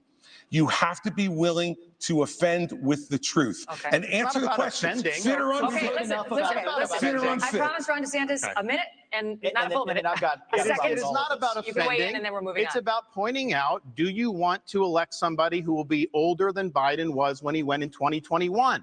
I don't think he's as bad as Biden was at all, but I do think that over a 4-year period, it is not a job for somebody that's pushing 80. We need somebody that's younger. We need somebody that's going to be able to go in there and clean house on day one and do it for 2 terms. And I'll be able to do Here's my issue with all 3 of my other colleagues on this debate stage. is all three of them have been licking Donald Trump's boots for years for money and endorsements. Ron DeSantis, you've been a great governor, but you would have never been one without actually begging Donald Trump for that endorsement. And you attacked him in your book a year ago. Same thing with Christie as a lobbyist, begging them for COVID money for his special interests in New Jersey, prepping him for the debates last time around. These people are now Monday morning quarterbacking some decision he made. I think the real enemy is not Donald Trump. It's not even Joe Biden. It is the deep state that at least Donald Trump attempted to take on. And if you want somebody who's going to speak truth to power, then vote for somebody who's going to speak the truth to you. Why am I the only person on the stage, at least, who can say that January 6th now does look like it was an inside job, that the government lied to us for 20 years about Saudi Arabia's involvement in 9/11, that the Great Replacement theory is not some grand right-wing conspiracy theory, but a basic statement of the Democratic Party's platform, that the 2020 election was indeed stolen by big tech, that the 2016 election, the one that Trump won for sure, was also one that was stolen from him by the national security establishment that actually put up the Trump-Russia collusion hoax that they knew was false. There's a reason why I'm the only person on the stage who can say these things. That's what it's going to take, not people who are licking his boots one time and now Monday morning quarterbacking and criticizing him when it's convenient. Governor Christie. You do not favor a ban on trans medical treatments for minors, saying it's a parental rights issue. The surgeries done on minors involve cutting off body parts at a time when these kids cannot even legally smoke a cigarette. Kids who go from puberty blockers to cross-sex hormones are at a much greater likelihood of winding up sterile. How is it that you think a parent should be able to okay these surgeries, never mind the sterilization of a child? And aren't you way too out of step on this issue to be the Republican nominee? No, I'm not. Because Republicans believe in less government, not more, in less involvement with government, not more in government involvement in people's lives. And you know what, Megan? I trust parents. And we're out there saying that we should empower parents in education. We should empower parents to make more decisions about where their kids go to school. I agree. We should empower parents to be teaching the values that they believe in their homes without the government telling them what those values should be. And yet we want to take other parental rights away. I'm sorry. As a father of four, I believe there is no one who loves my children more than me. There's no one who loves my children more than my wife. There's no one who cares more about their success and health in life than we do. Not some government bureaucrat, not some, you look at these jokers down in Congress. It takes them 3 weeks to pick a speaker, and up until 2 days ago, they couldn't promote somebody in the military in the United States Senate who earned their new rank. And we're going to put my children's health and my decisions in their hands for them to make those decisions, for Joe Biden to make those decisions, for me and for my wife. Let me just say this. This is not something I favor. I think it's a very, very dangerous thing to do. But that's my opinion as a parent, Megan. And I get to make the decisions about my children, not anybody else. And every parent out there who's watching tonight, you start to turn over just a little bit of this authority, the authority they're going to take from you next, you're not going to like. I'll stand up for parents each and every time. So there are laws banning smoking or drinking by a certain age. Let me tell you something. I have a follow-up question for him, and you guys are going to get to weigh in. Okay, here's my follow-up question. You talk about parental rights. Let's talk about them. When you were governor in 2017, you signed a law that required new guidelines for schools dealing with transgender students. Those guidelines required schools to accept a child's preferred gender identity, even if the minor's parents objected. Not true. And it said that there is no duty for schools to notify parents if their son or daughter changes their gender identity, allowing this serious issue to remain a secret between the school and a child. How is any of that pro-parental rights? By the way, that's simply not true. You're doing what you accuse me of, Chris. It is absolutely true. That's simply not true.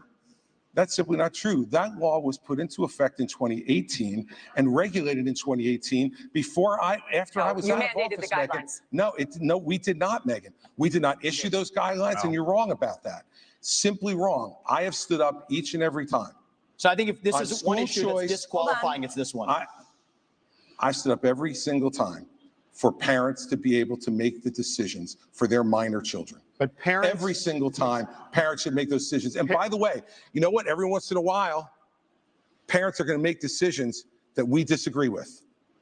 But the minute you start to take those rights away from parents, you don't know that slippery slope, what rights are going to be taken away next and what's going to be focused on as you. a parent, you do not have the right to abuse your kids. This is cutting off their genitals. This is mutilating these minors. These are irreversible procedures. And this is something that other countries in Europe, like Sweden, once they started doing it, they saw it did incalculable damage. They've shut it down. I signed legislation in Florida banning the mutilation of minors because it is wrong. We cannot allow this to happen in this country. And I know Chris disagrees with me, and I think he has an honest position. Nikki disagrees with me. She opposes the bill that we did to ban that. She said law shouldn't get involved with it. You said the law shouldn't get involved with it. She also, though, I think, and this flows from what she did as governor of South Carolina, they had a bill to try to say that men shouldn't go into girls' bathrooms. And she killed that bill, and she bragged that she killed that bill. Even to this day, she bragged that. I don't think men should be going into little girls' bathrooms. I think it's wrong, and I think we have every right to protect them from that. I am going to come to you. I promise 7 seconds. Go quickly. I think the North Star here is transgenderism is a mental health disorder. We don't let you smoke a cigarette by the age of 18. We don't let you have an addictive drink of alcohol by the age of 21. And I just challenge Ron DeSantis to go one step further and support what I think is clearly within the authority to do using federal funds, just like Reagan did in '84, for the Highway Act that said the minimum drinking age needs to be 21. We can do the same thing when it comes to banning genital mutilation or chemical castration. I know Ron's been unclear about that on the federal level. I'm crystal clear. That's where I stand. Got it. That's a mental health disorder. That's where we need to be at. Go ahead. So first of all, Ron has continued to lie because he's losing. No, it's not just, a lie. You are lying. You so said it on tape. So first of all, I will say that when I was governor, 10 years ago, when the bathroom situation came up, we had maybe a handful of kids that were dealing with an issue. And I said, we don't need to bring government into this, but boys go into boys' bathrooms, girls go into girls' bathrooms. And if anyone else has an issue, they use a private bathroom. Now, 10 years later, we see that this issue has exploded. And this shows how hypocritical Ron continues to be. When he was running for governor and they asked him about that, he said he didn't think bathroom bills were a good use of his time. You can go look that up. I signed a bathroom bill in Florida, so that's obviously not true. So the idea that you would say that I was against it, you didn't. You killed it, I signed it. I stood up for little girls, you didn't do it. And there was this going on. I was actually just in South Carolina. Some of the legislators told me at the time there were boys going into the girls. That's the whole reason why they did it. No. And so they say when she does that explanation that doesn't hold water. And this is the upstate of South Carolina. Ron, I signed the bill. I protected the girls. Do you know South Carolinians? She did not do it. Do you know I know South Carolinians? Because South Carolinians, no. You are not going to talk about my state like that, because I will tell you for a fact, South Carolinians never allowed that to happen, and we did not have that issue at the time. What I have always said is boys go into a boys' bathroom, girls go into a girls' bathroom. But hold on one second. I also say that biological boys shouldn't be playing in girls' sports, and I will do everything I can to stop that because it's the women's issue of our time. I signed legislation to protect women's sports. I actually get this stuff done. Thank you, guys. We're going to move on. Mr. Ramaswamy, when discussing your Hindu faith in September, you seemed to take a shot at Ambassador Haley, who is also Indian American and who converted to Christianity as an adult. You said, an easy thing for me to do, being a politician, is to shorten my name, profess to be a Christian, and then run. Make Vivek Vicky or whatever, end quote. Are you questioning Nikki Haley's Christian convictions?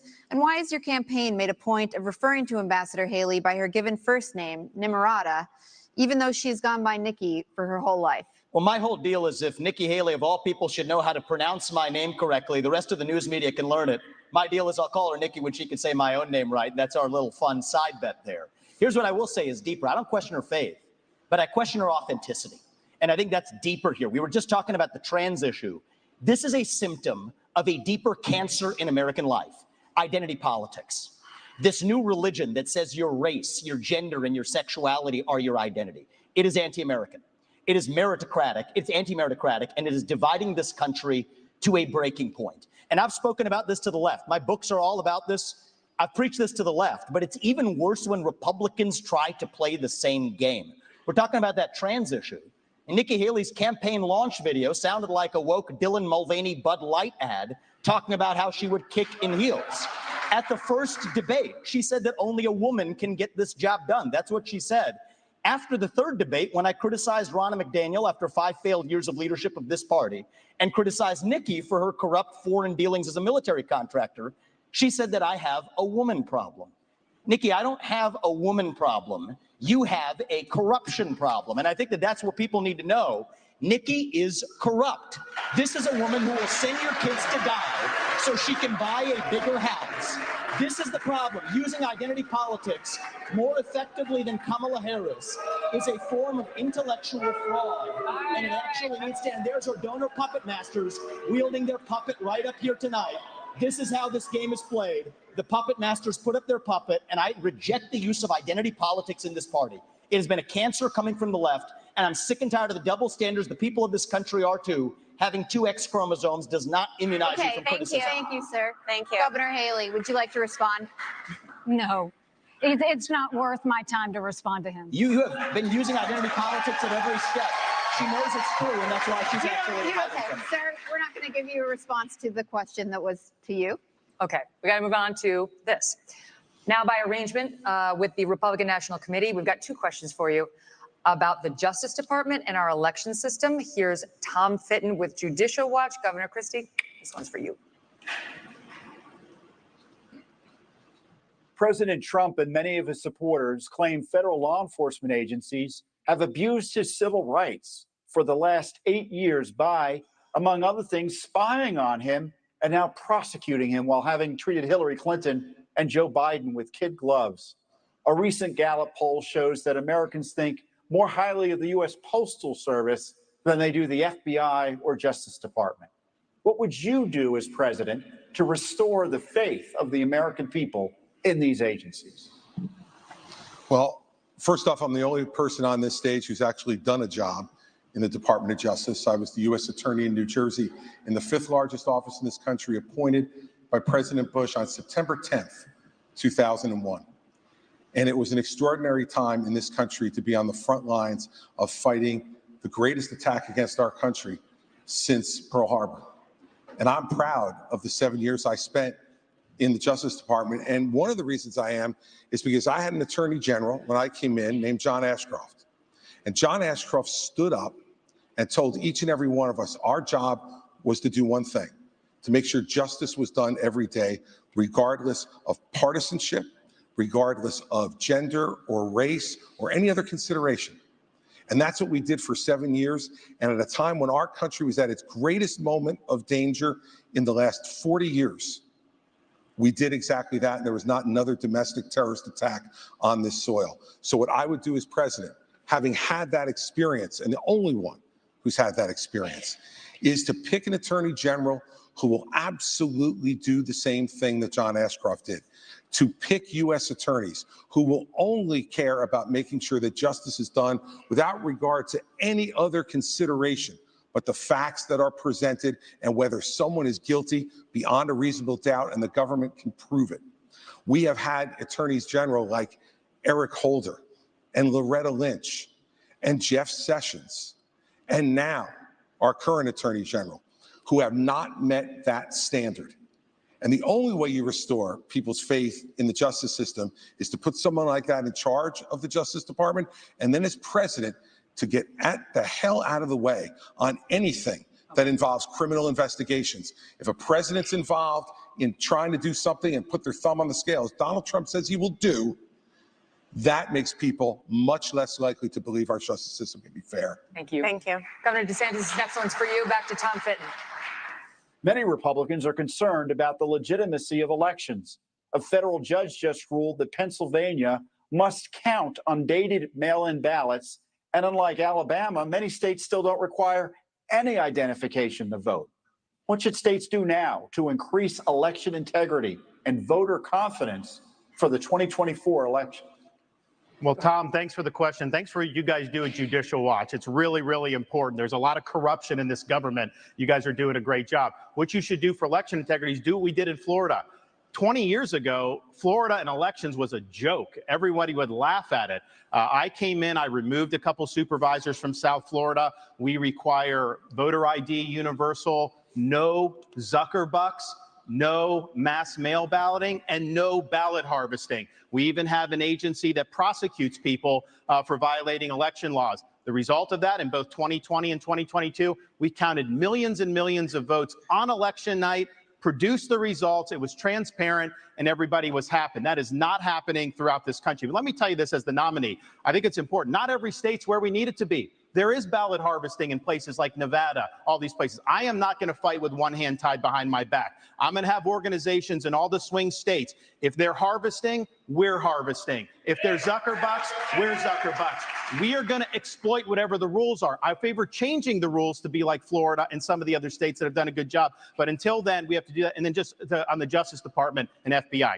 I mean, I remember being, in Iraq, working with FBI on the ground and being, and then I was a special assistant.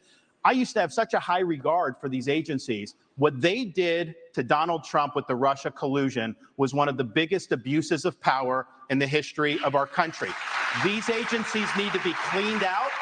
With me, you'll have a new FBI director on day one. We're going to clear out the DOJ, the IRS, all these places. Buckle your seatbelts. There's going to be a new sheriff in town. Thank you. All right, we got to do a quick break. We're going to come back in 1 minute. China up next.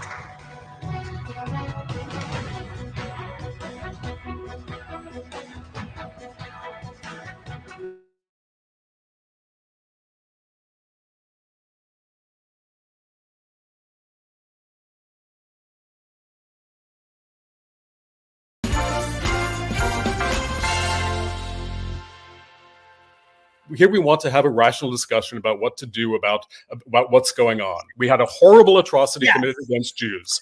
I think that was a political act. It was designed. I mean, the people who promoted it were absolutely morally. I mean, there's no difference between them and bin Laden. Okay, the United States responded to bin Laden. We know how that played out. Basically, now the United States has lost influence in the world. It is now. Okay. Why do we want to enable this? Here's the difference between the United States' response to bin Laden is bin Laden is not like camped out on the borders of the United States. Yes, it doesn't matter whether it was. Well, no, I think it does matter because then it's like if you don't I don't understand what the alternative is, because otherwise you're basically saying like, why don't the Israelis just lay down and die? You have to ask the question: who created Hamas? You know, the Netanyahu government obviously preferred and has openly stated that it preferred to essentially support Hamas in order to undermine the Palestinian Authority, which it didn't. So it could essentially promote its policies in the West Bank, which are morally unacceptable. The Qataris were brought in 2018 by the United States with Israel's approval to provide aid to Hamas. Much of it was humanitarian, but other parts of it were military and other provisions. Iran, you have rather credible reports that some hundreds of Hamas fighters that participated in this atrocity were trained in Iran within the last year. How does this happen? Of course, they probably came through the Rafah crossing in Egypt, which means that there must have been multiple parties that understood this was going on. And the vaunted Israeli intelligence presumably has been distracted by all of the domestic conflict within Israel, which essentially, in some ways is very similar to the 1973 attack. Israel is divided internally, and that division has caused vulnerability. So if you add up all these various states and the policies of the Netanyahu government, which have been essentially to preserve itself, Netanyahu has been, the things that he's done are, when it boils down to it, all enabling his own escape from being held accountable by the Israeli public for other actions which compromise the security of the Israeli state. So you have to put Israel's response to Hamas in that context. I think we're giving Hamas too much credit here. I'll leave it at that.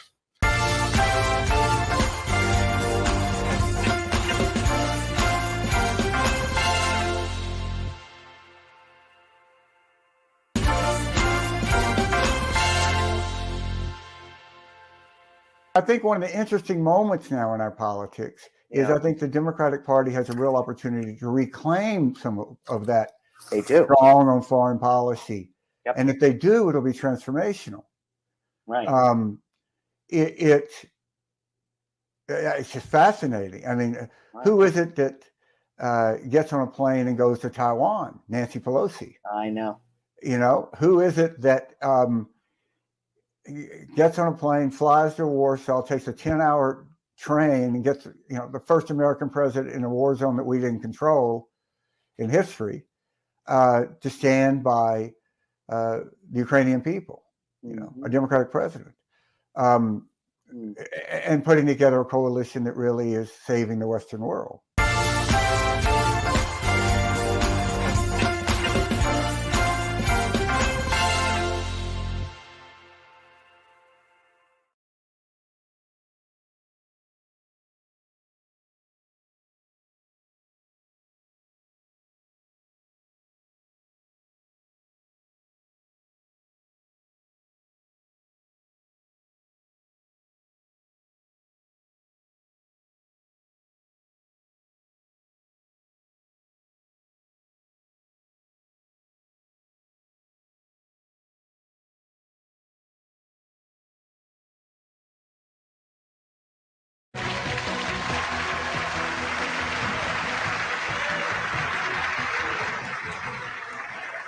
Welcome back to the final GOP presidential primary debate of 2023. We're going to talk about our college campuses, starting with you, Ambassador Haley. House Republicans yesterday hauled elite university presidents up to Capitol Hill to answer for the displays of anti-Semitism on college campuses. These leaders, including the president of Harvard, were asked whether calling for the genocide of the Jews would violate school policies against harassment and intimidation. All of them said it would depend on the context, including whether that speech veers into conduct. How do you think these schools and the rest of society should balance the imperative of free speech against the need to prevent radical activists from harassing and intimidating others? It was disgusting to see what happened. You know, if this had been the KKK that was doing protests on those campuses, every one of those college presidents would have been up in arms. This is just as bad. The idea that they would go and allow that kind of pro-Hamas protest or agree with the genocide of Jews and try and say that they needed context on that, there is no context to that. This is what we need to do to deal with it. First of all, we have got to get foreign money out of our universities. You've got Arab money, you've got Chinese money, you've got others. We need to go to every university and say, you either take foreign money or you take American money, but the days of taking both are over. The second thing we need to do is Biden made a mistake not including anti-Zionism in the definition of anti-Semitism. If you don't think that Israel has a right to exist, that is anti-Semitic. We will change the definition so that every government, every school has to acknowledge the definition for what it is. The third thing is we really do need to ban TikTok once and for all. And let me tell you why. For every 30 minutes that someone watches TikTok every day, they become 17% more anti-Semitic, more pro-Hamas based on doing that. We now know that 50% of adults 18 to 25 think that Hamas was warranted in what they did with Israel. That's a problem. When campuses also don't go and protect when they have these rallies and you've got students that are scared, we need to go to these universities and say, if you're not going to protect these students, if you're not going to acknowledge anti-Semitism, we'll take your tax-exempt status away. That'll fix it, and that'll take care of it for good. Staying with you, Ambassador Haley. On October 6th, the Israeli government thought it had a clear-eyed view of the threat from Hamas. In fact, according to the New York Times, it even had Hamas's attack plan and dismissed it as an aspiration. The Israelis were wrong. In our country, the FBI director told the Senate panel just yesterday that he sees, quote, blinking red lights everywhere, and that the threat level has, quote, gone to a whole nother level since October 7th. Which of the threats facing our country do you worry could blindside us? What worries me and what keeps me up at night is what happens between now and Election Day while Joe Biden's in office. That's what worries me more than anything else. But I'll tell you that America right now is acting like it's September 10th. we better remember what September 12th felt like, because it only takes one. And whether you're looking at open borders that are allowing people to come in, Iran knows the easiest way to get to America is through the southern border, and we're not doing anything to stop it. We've got to get the foreign infiltration out of our country, whether it's in our schools, whether it's on our social media, whether it's we need to stop all foreign lobbying that's happening to members of Congress, and we need to start securing America again. Until we do that, we are going to be at threats. We've got to look at Iran, China, and Russia want to destroy the West. We have to start acting strong again. We've got to start protecting Americans. Right now, Americans don't feel protected, and we're not doing anything to strengthen it. So Joe Biden continues to be a problem. That'll change on Election Day. Governor DeSantis, if China invades Taiwan, would you send American troops, as President Biden has said he would do?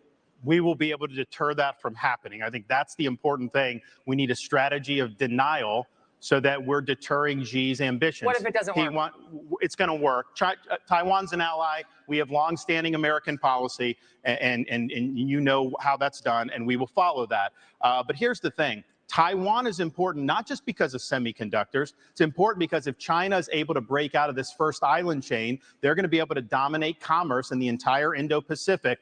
They will use that to export authoritarianism all around the world, including here in the United States. You look at some of these guys, actually some of them that are supporting Nikki on Wall Street, they grovel to China. Anytime something happens, they got to go do that. So they already exert a huge amount of authority over this country. It will get a lot worse. So deterring China's ambitions is the #1 national security task that I will do as president, and we will succeed. The 21st century needs to be an American century. We cannot let it be a Chinese century. Mr. Ramaswamy, I think we need to be clear on, I'll be clear on the same issue, if I may. I'm coming to you next on Taiwan. You said, if you want to stop Xi from invading Taiwan, quote, let's open a branch of the NRA in Taiwan and put an AR-15 in the hands of every family and train them how to use it. That will give Xi a taste of American exceptionalism, end quote. The National Police in Taiwan announced a zero-gun policy last year. Is this a serious policy proposal? And if it isn't, why do you keep repeating it? Well, it's part of a broader deterrence strategy. And so I think I'm going to respectfully disagree with Ron here. I think the next U.S. president needs to be crystal clear that at least for the foreseeable future, the U.S. will absolutely defend Taiwan. And it is with that clarity that we actually achieve deterrence. But I have a broader strategy than that. We need to get on side in our relationship with India, take it to the next level. India has to be able to block the Andaman Sea, which is where China gets most of its Middle Eastern oil supplies. That's critical. I also do believe the Second Amendment is a critical way of preventing foreign autocrats from being able to, it's worked in America, why wouldn't it work in Taiwan? So it is part of a broader strategy. But I do think that we need to be specific about our deterrence strategy, or else Xi Jinping is just encroaching by the day. And the reason why we're not doing it for China, I want to be crystal clear, is because we're scared. Why are we scared? Because we depend on them for our modern way of life. Why do we depend on them for our modern way of life? It's because Nikki Haley's latest friends like Larry Fink have created commingled economies with BlackRock telling Exxon and Chevron they can't drill here, while being a shareholder of PetroChina, not applying those same constraints in China. So it is our economic dependence on China that makes us scared. If that were a Russian spy balloon, we'd have shot it down in an instant. If that were a Russian spy base in Cuba, we'd be actually going hard on them instead of turning the other way as we are with China. So it comes back down to that economic dependence. We cannot depend on them for our pharmaceuticals, our semiconductors, and people have been lied to for a long time. Our own military, the F-35 jets that we make in this country, depend on China, and it's going to take an outsider to fix that broken establishment. Thank you, Mr. Ramaswamy. Ambassador Haley, would you like to respond? I mean, when it comes to China and Taiwan, the one way that we keep China from going into Taiwan is, one, make sure that we win in Ukraine, that we protect our friends, but also let China know that they'll be hell to pay if they go into Taiwan. They need to know that there is going to be a force that's going to go against them. And they need to know it's not just going to be the United States. That is why we need to build our partnerships with India, with South Korea, with Japan, with the Philippines, with Australia. We need to start pulling that alliance together. And the first way we do that is we need to make sure that on day one, we look at the fact, if China pulled the rug out from under us tomorrow, would we be ready? Think about what happened during COVID. Everybody told you to wear a mask. They were made in China. Everybody told you to take a COVID test. They were made in China. Everybody went and, I mean, everything that happened, if you go to the drugstore, all those medicines are made in China. We have to make sure that we are not relying on China for anything related to our national security, which means let's start focusing on doing deals with our friends now. Thank you, Ambassador. Governor Christie, I'd like you to weigh in on that. And do you think arming every family in Taiwan with an AR-15 is a plausible policy? You know, I don't think we have constitutional authority over Taiwan to give them a Second Amendment. I think they can only do that for themselves.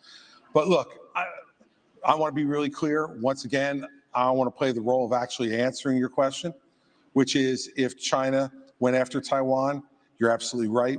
I would, as president, have us go militarily and defend them.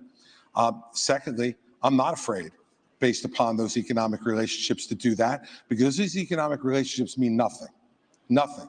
If what's going to happen is that China is going to come and act in that region of the world however they see fit. It's not right. And I'll say this about what I heard from Nikki earlier. She said that Donald Trump was good on trade. He wasn't. And the proof that he wasn't good on trade with China is that all he did was impose tariffs, which raised the prices for every American. You want to know what has contributed to inflation in this country? Yes, it's more government spending. Yes, it's the fact that we're printing too much money.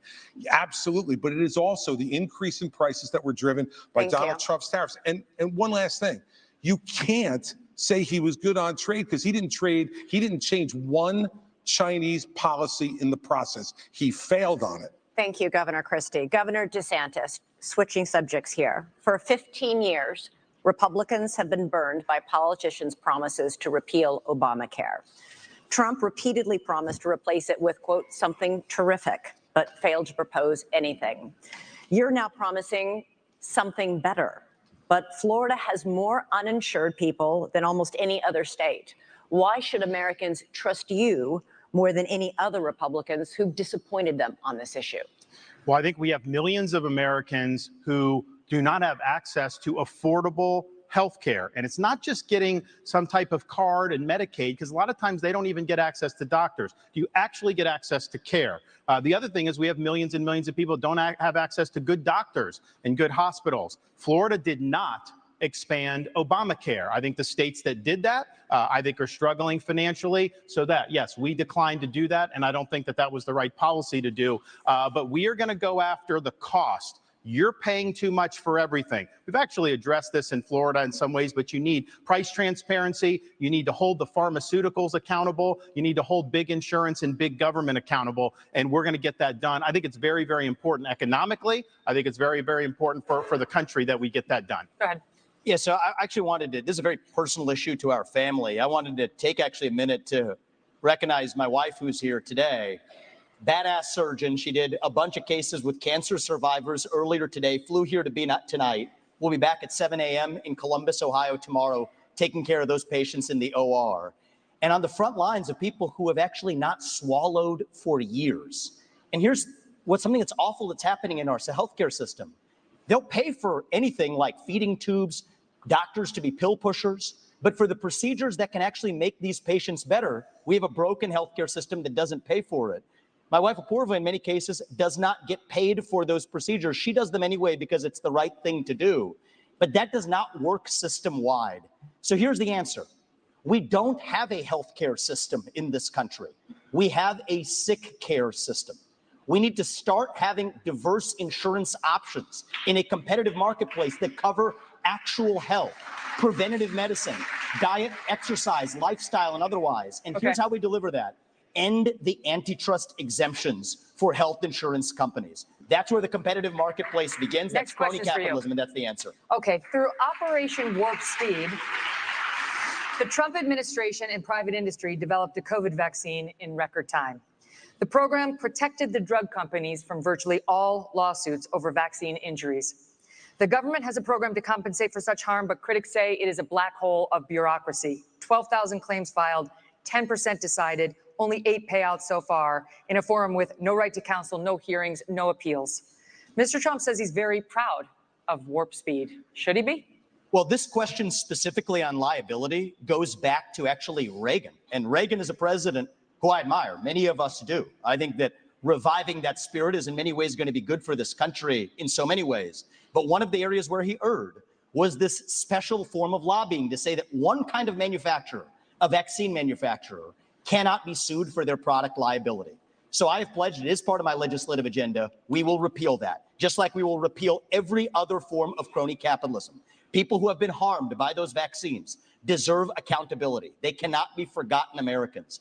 And I think one of the top lessons we learned from that COVID pandemic is that free speech in this country is most important in those alleged times of emergency.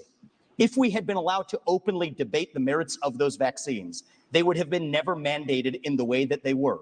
And in general, I don't think that we should want capitalism and democracy to share the same bed anymore. It's time for a clean divorce. Let companies be companies, but I don't like the crony capitalism. This dates back a long time in both parties. And I think that we need to end the lobbying. And I personally believe that if you have been working in the government, you should not lobby that government for 10 years.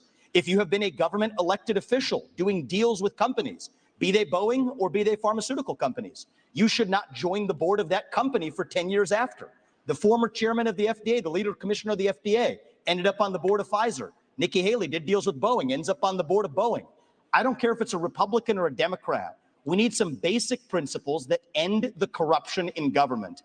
That's how we got the health insurance exemptions. That's how we got the pharmaceutical product liability exemptions. thank you. We end the corruption. We need a reckoning for what this government did during COVID-19. That includes the mRNA shots. They put it out. It was experimental. People wanted it. Then the government started trying to mandate it, to say you don't have a right to put food on your table if you don't take an mRNA shot that was under emergency use. They tried to take nurses away. Now in Florida, we blocked that. We provided protections for everybody so that they wouldn't lose their job. You also have the FDA approving an mRNA shot for 6-month-old babies. There was no data to support that. They're doing it because big pharma will make money. So I'm going to go in there, CDC, NIH, FDA. We're going to clean house. There's going to be a reckoning because right now nobody's been held accountable for any of the damage. And they're going to try to do it again. When I'm president, this will never happen to our country ever again. Thank you, Governor DeSantis. And we will be right back in just a few moments for our closing statements from our 4 candidates at the Republican primary debate.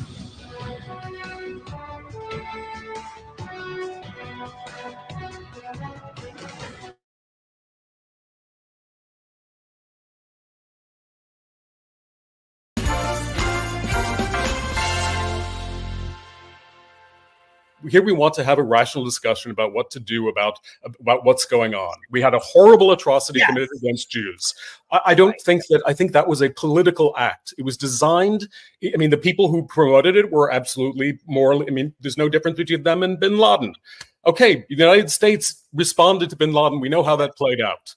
Basically, now the United States has lost influence in the world. It is now. Okay. Why do we want to enable this? Here's the difference between the United States response to bin Laden is bin Laden is not like camped out on the borders of the United States. Yes, it doesn't matter whether he was camped well, no, out. I think it does matter because then it's like if you don't I don't understand what the alternative is, because otherwise you're basically saying like, why don't the Israelis just lay down and die? You have to ask the question, who created Hamas? You know, the Netanyahu government obviously preferred and has openly stated that it preferred to essentially support Hamas in order to undermine the Palestinian Authority, which it didn't. So it could essentially promote its policies in the West Bank, which are morally unacceptable. The Qataris were brought in 2018 by the United States with Israel's approval to provide aid to Hamas. Much of it was humanitarian, but other parts of it were military and other provisions. Iran, you have rather credible reports that some hundreds of Hamas fighters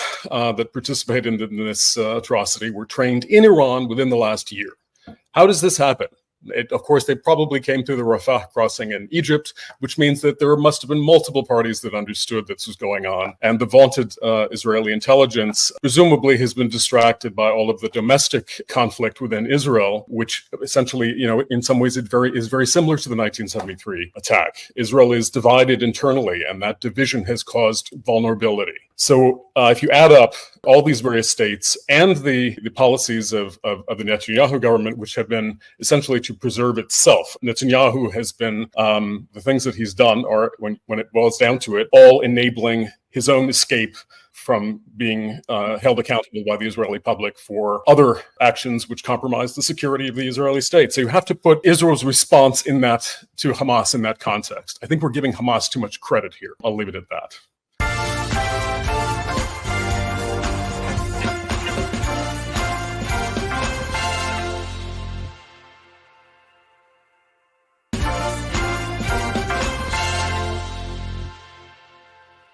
I think one of the interesting moments now in our politics is I think the Democratic Party has a real opportunity to reclaim some of that They do. strong on foreign policy. Yep. And if they do, it'll be transformational. Right. It's just fascinating. I mean, who is it that gets on a plane and goes to Taiwan? Nancy Pelosi. I know. You know, who is it that gets on a plane, flies to Warsaw, takes a 10-hour train, and gets, you know, the first American president in a war zone that we didn't control in history, to stand by the Ukrainian people, you know, a Democratic president, and putting together a coalition that really is saving the Western world.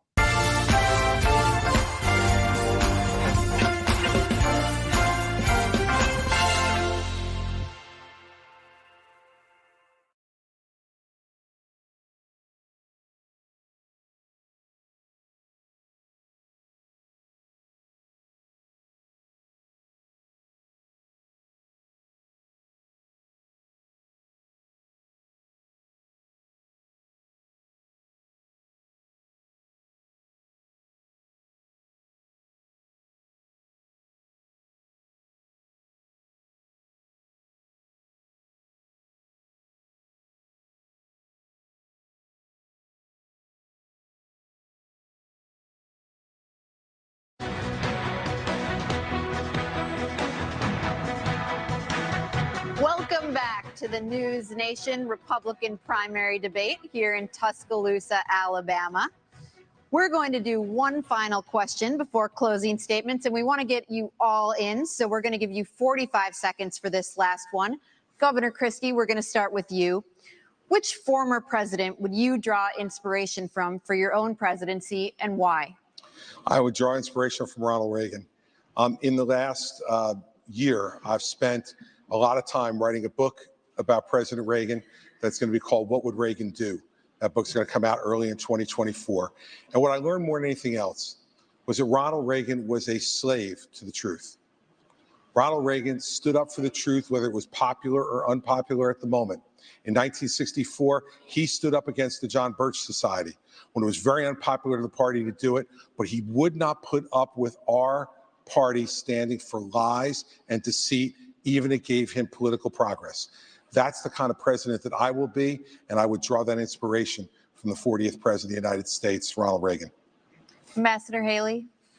Well, I have to say, too, I think George Washington, when you look at the responsibilities he had of how do you go and take on this great American experiment and make sure that the people are protected. And they always knew that government was intended to secure the rights and freedoms of the people. It was never meant to be all things to all people. And then you look at Abraham Lincoln and you look at the challenges and you look at the division that happened in our country and the ability to lead in spite of the loud noises and say, what will bring out the best in people to get us to go forward is always something that's important. And I think we need that now more than ever. Governor DeSantis. Reagan, Washington, Lincoln, excellent. One of the guys I'll take inspiration from is Calvin Coolidge. Now, people don't talk about him a lot. He's one of the few presidents that got almost everything right. He understood the proper role of the federal government under the Constitution. We need to restore the U.S. Constitution as the centerpiece of our national life. And that requires a president who understands the original understanding of the Constitution, who has a good sense of the Bill of Rights, and who knows how we've gone off track with this massive fourth branch of government, this administrative state, which is imposing its will on us and is being weaponized against us. So Silent Cal knew the proper role of the federal government. The country was in great shape when he was president of the United States, and we can learn an awful lot from Calvin Coolidge. Over to you, Mr. Ramaswamy, to conclude our history lesson. Sure. Well, I will say Ron picked a president who was born on July 4th. I'll pick one who died on July 4th. It's Thomas Jefferson.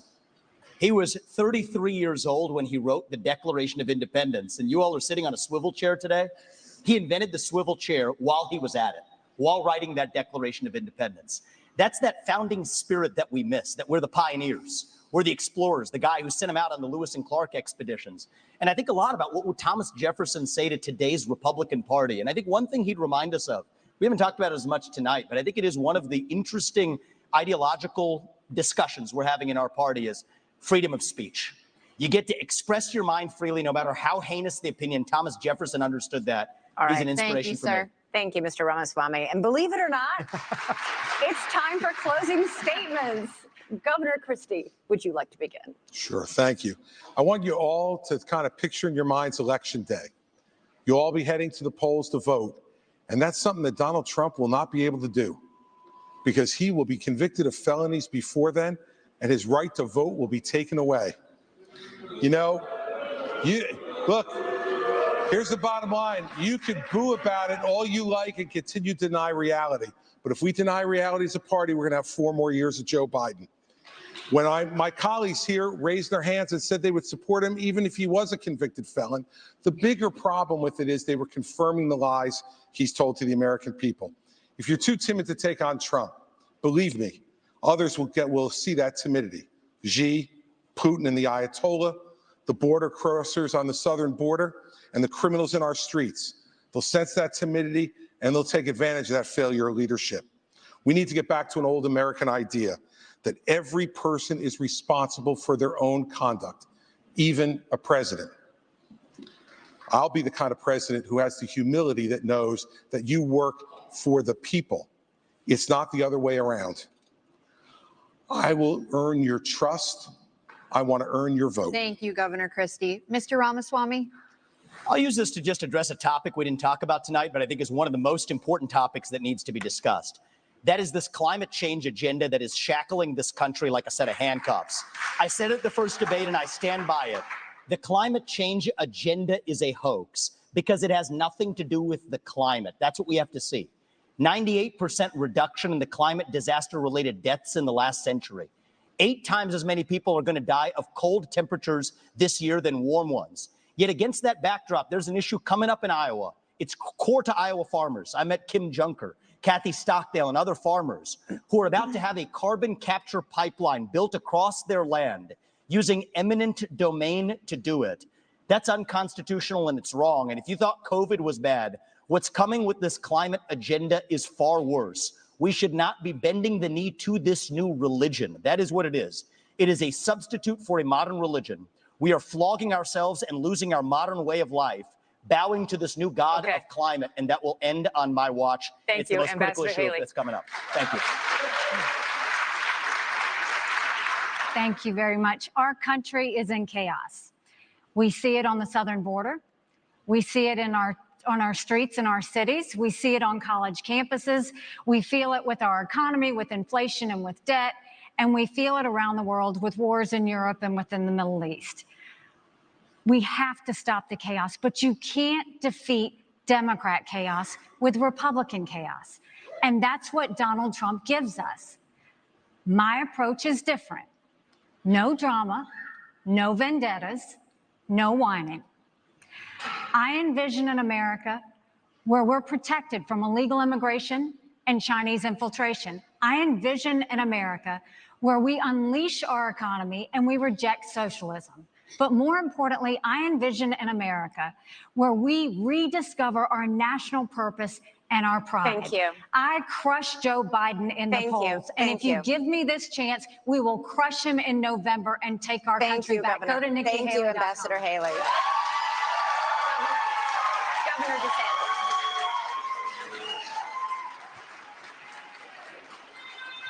We are in jeopardy of being the first generation of Americans to leave to our kids and grandkids an America less prosperous and less free than the one we inherited. I refuse to sit idly by and let that happen. But we got to have people that are going to be willing to fight the people that are doing this to us. You can't be these establishment Republicans that just cave at the first sign of opposition. I'll fight for you. We also need to win again as a party. Yes, win the election, which we've struggled to do, but also win on these big issues. And nobody has defeated these people more than what I have done in the state of Florida on issue after issue. We have won, and we have won big, and that's what we'll do for you. We also need leadership. Leadership is not about doing what's easy. It's about being willing to set out that vision, knowing they're going to shoot arrows at you. They're going to come at you. I will fight the good fight.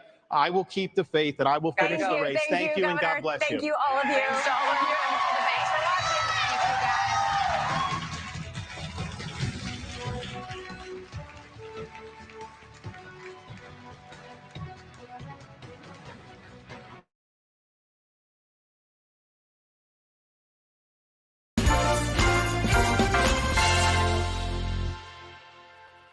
Here we want to have a rational discussion about what to do about what's going on. We had a horrible atrocity committed against Jews.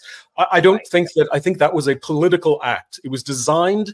I mean, the people who promoted it were absolutely moral. I mean, there's no difference between them and bin Laden. Okay, the United States responded to bin Laden. We know how that played out. Basically, now the United States has lost influence in the world. It is now. Okay. Why do we want to enable this? Here's the difference between the United States response to bin Laden is bin Laden is not like camped out on the borders of the United States. Yes, it doesn't matter whether he was camped well, no, out. I think it does matter, because then it's like if you don't I don't understand what the alternative is, because otherwise you're basically saying, like, why don't the Israelis just lay down and die? You have to ask the question, who created Hamas? You know, the Netanyahu government obviously preferred and has openly stated that it preferred to essentially support Hamas in order to undermine the Palestinian Authority, which it didn't. So it could essentially promote its policies in the West Bank, which are morally unacceptable. The Qataris were brought in 2018 by the United States with Israel's approval to provide aid to Hamas. Much of it was humanitarian, but other parts of it were military and other provisions. Iran, you have rather credible reports that some hundreds of Hamas fighters that participated in this atrocity were trained in Iran within the last year. How does this happen? Of course, they probably came through the Rafah crossing in Egypt, which means that there must have been multiple parties that understood this was going on. And the vaunted Israeli intelligence presumably has been distracted by all of the domestic conflict within Israel, which essentially, you know, in some ways is very similar to the 1973 attack. Israel is divided internally, and that division has caused vulnerability. So if you add up all these various states and the policies of the Netanyahu government, which have been essentially to preserve itself, Netanyahu has been, the things that he's done are, when it boils down to it, all enabling his own escape from being held accountable by the Israeli public for other actions which compromise the security of the Israeli state. So you have to put Israel's response to Hamas in that context. I think we're giving Hamas too much credit here. I'll leave it at that.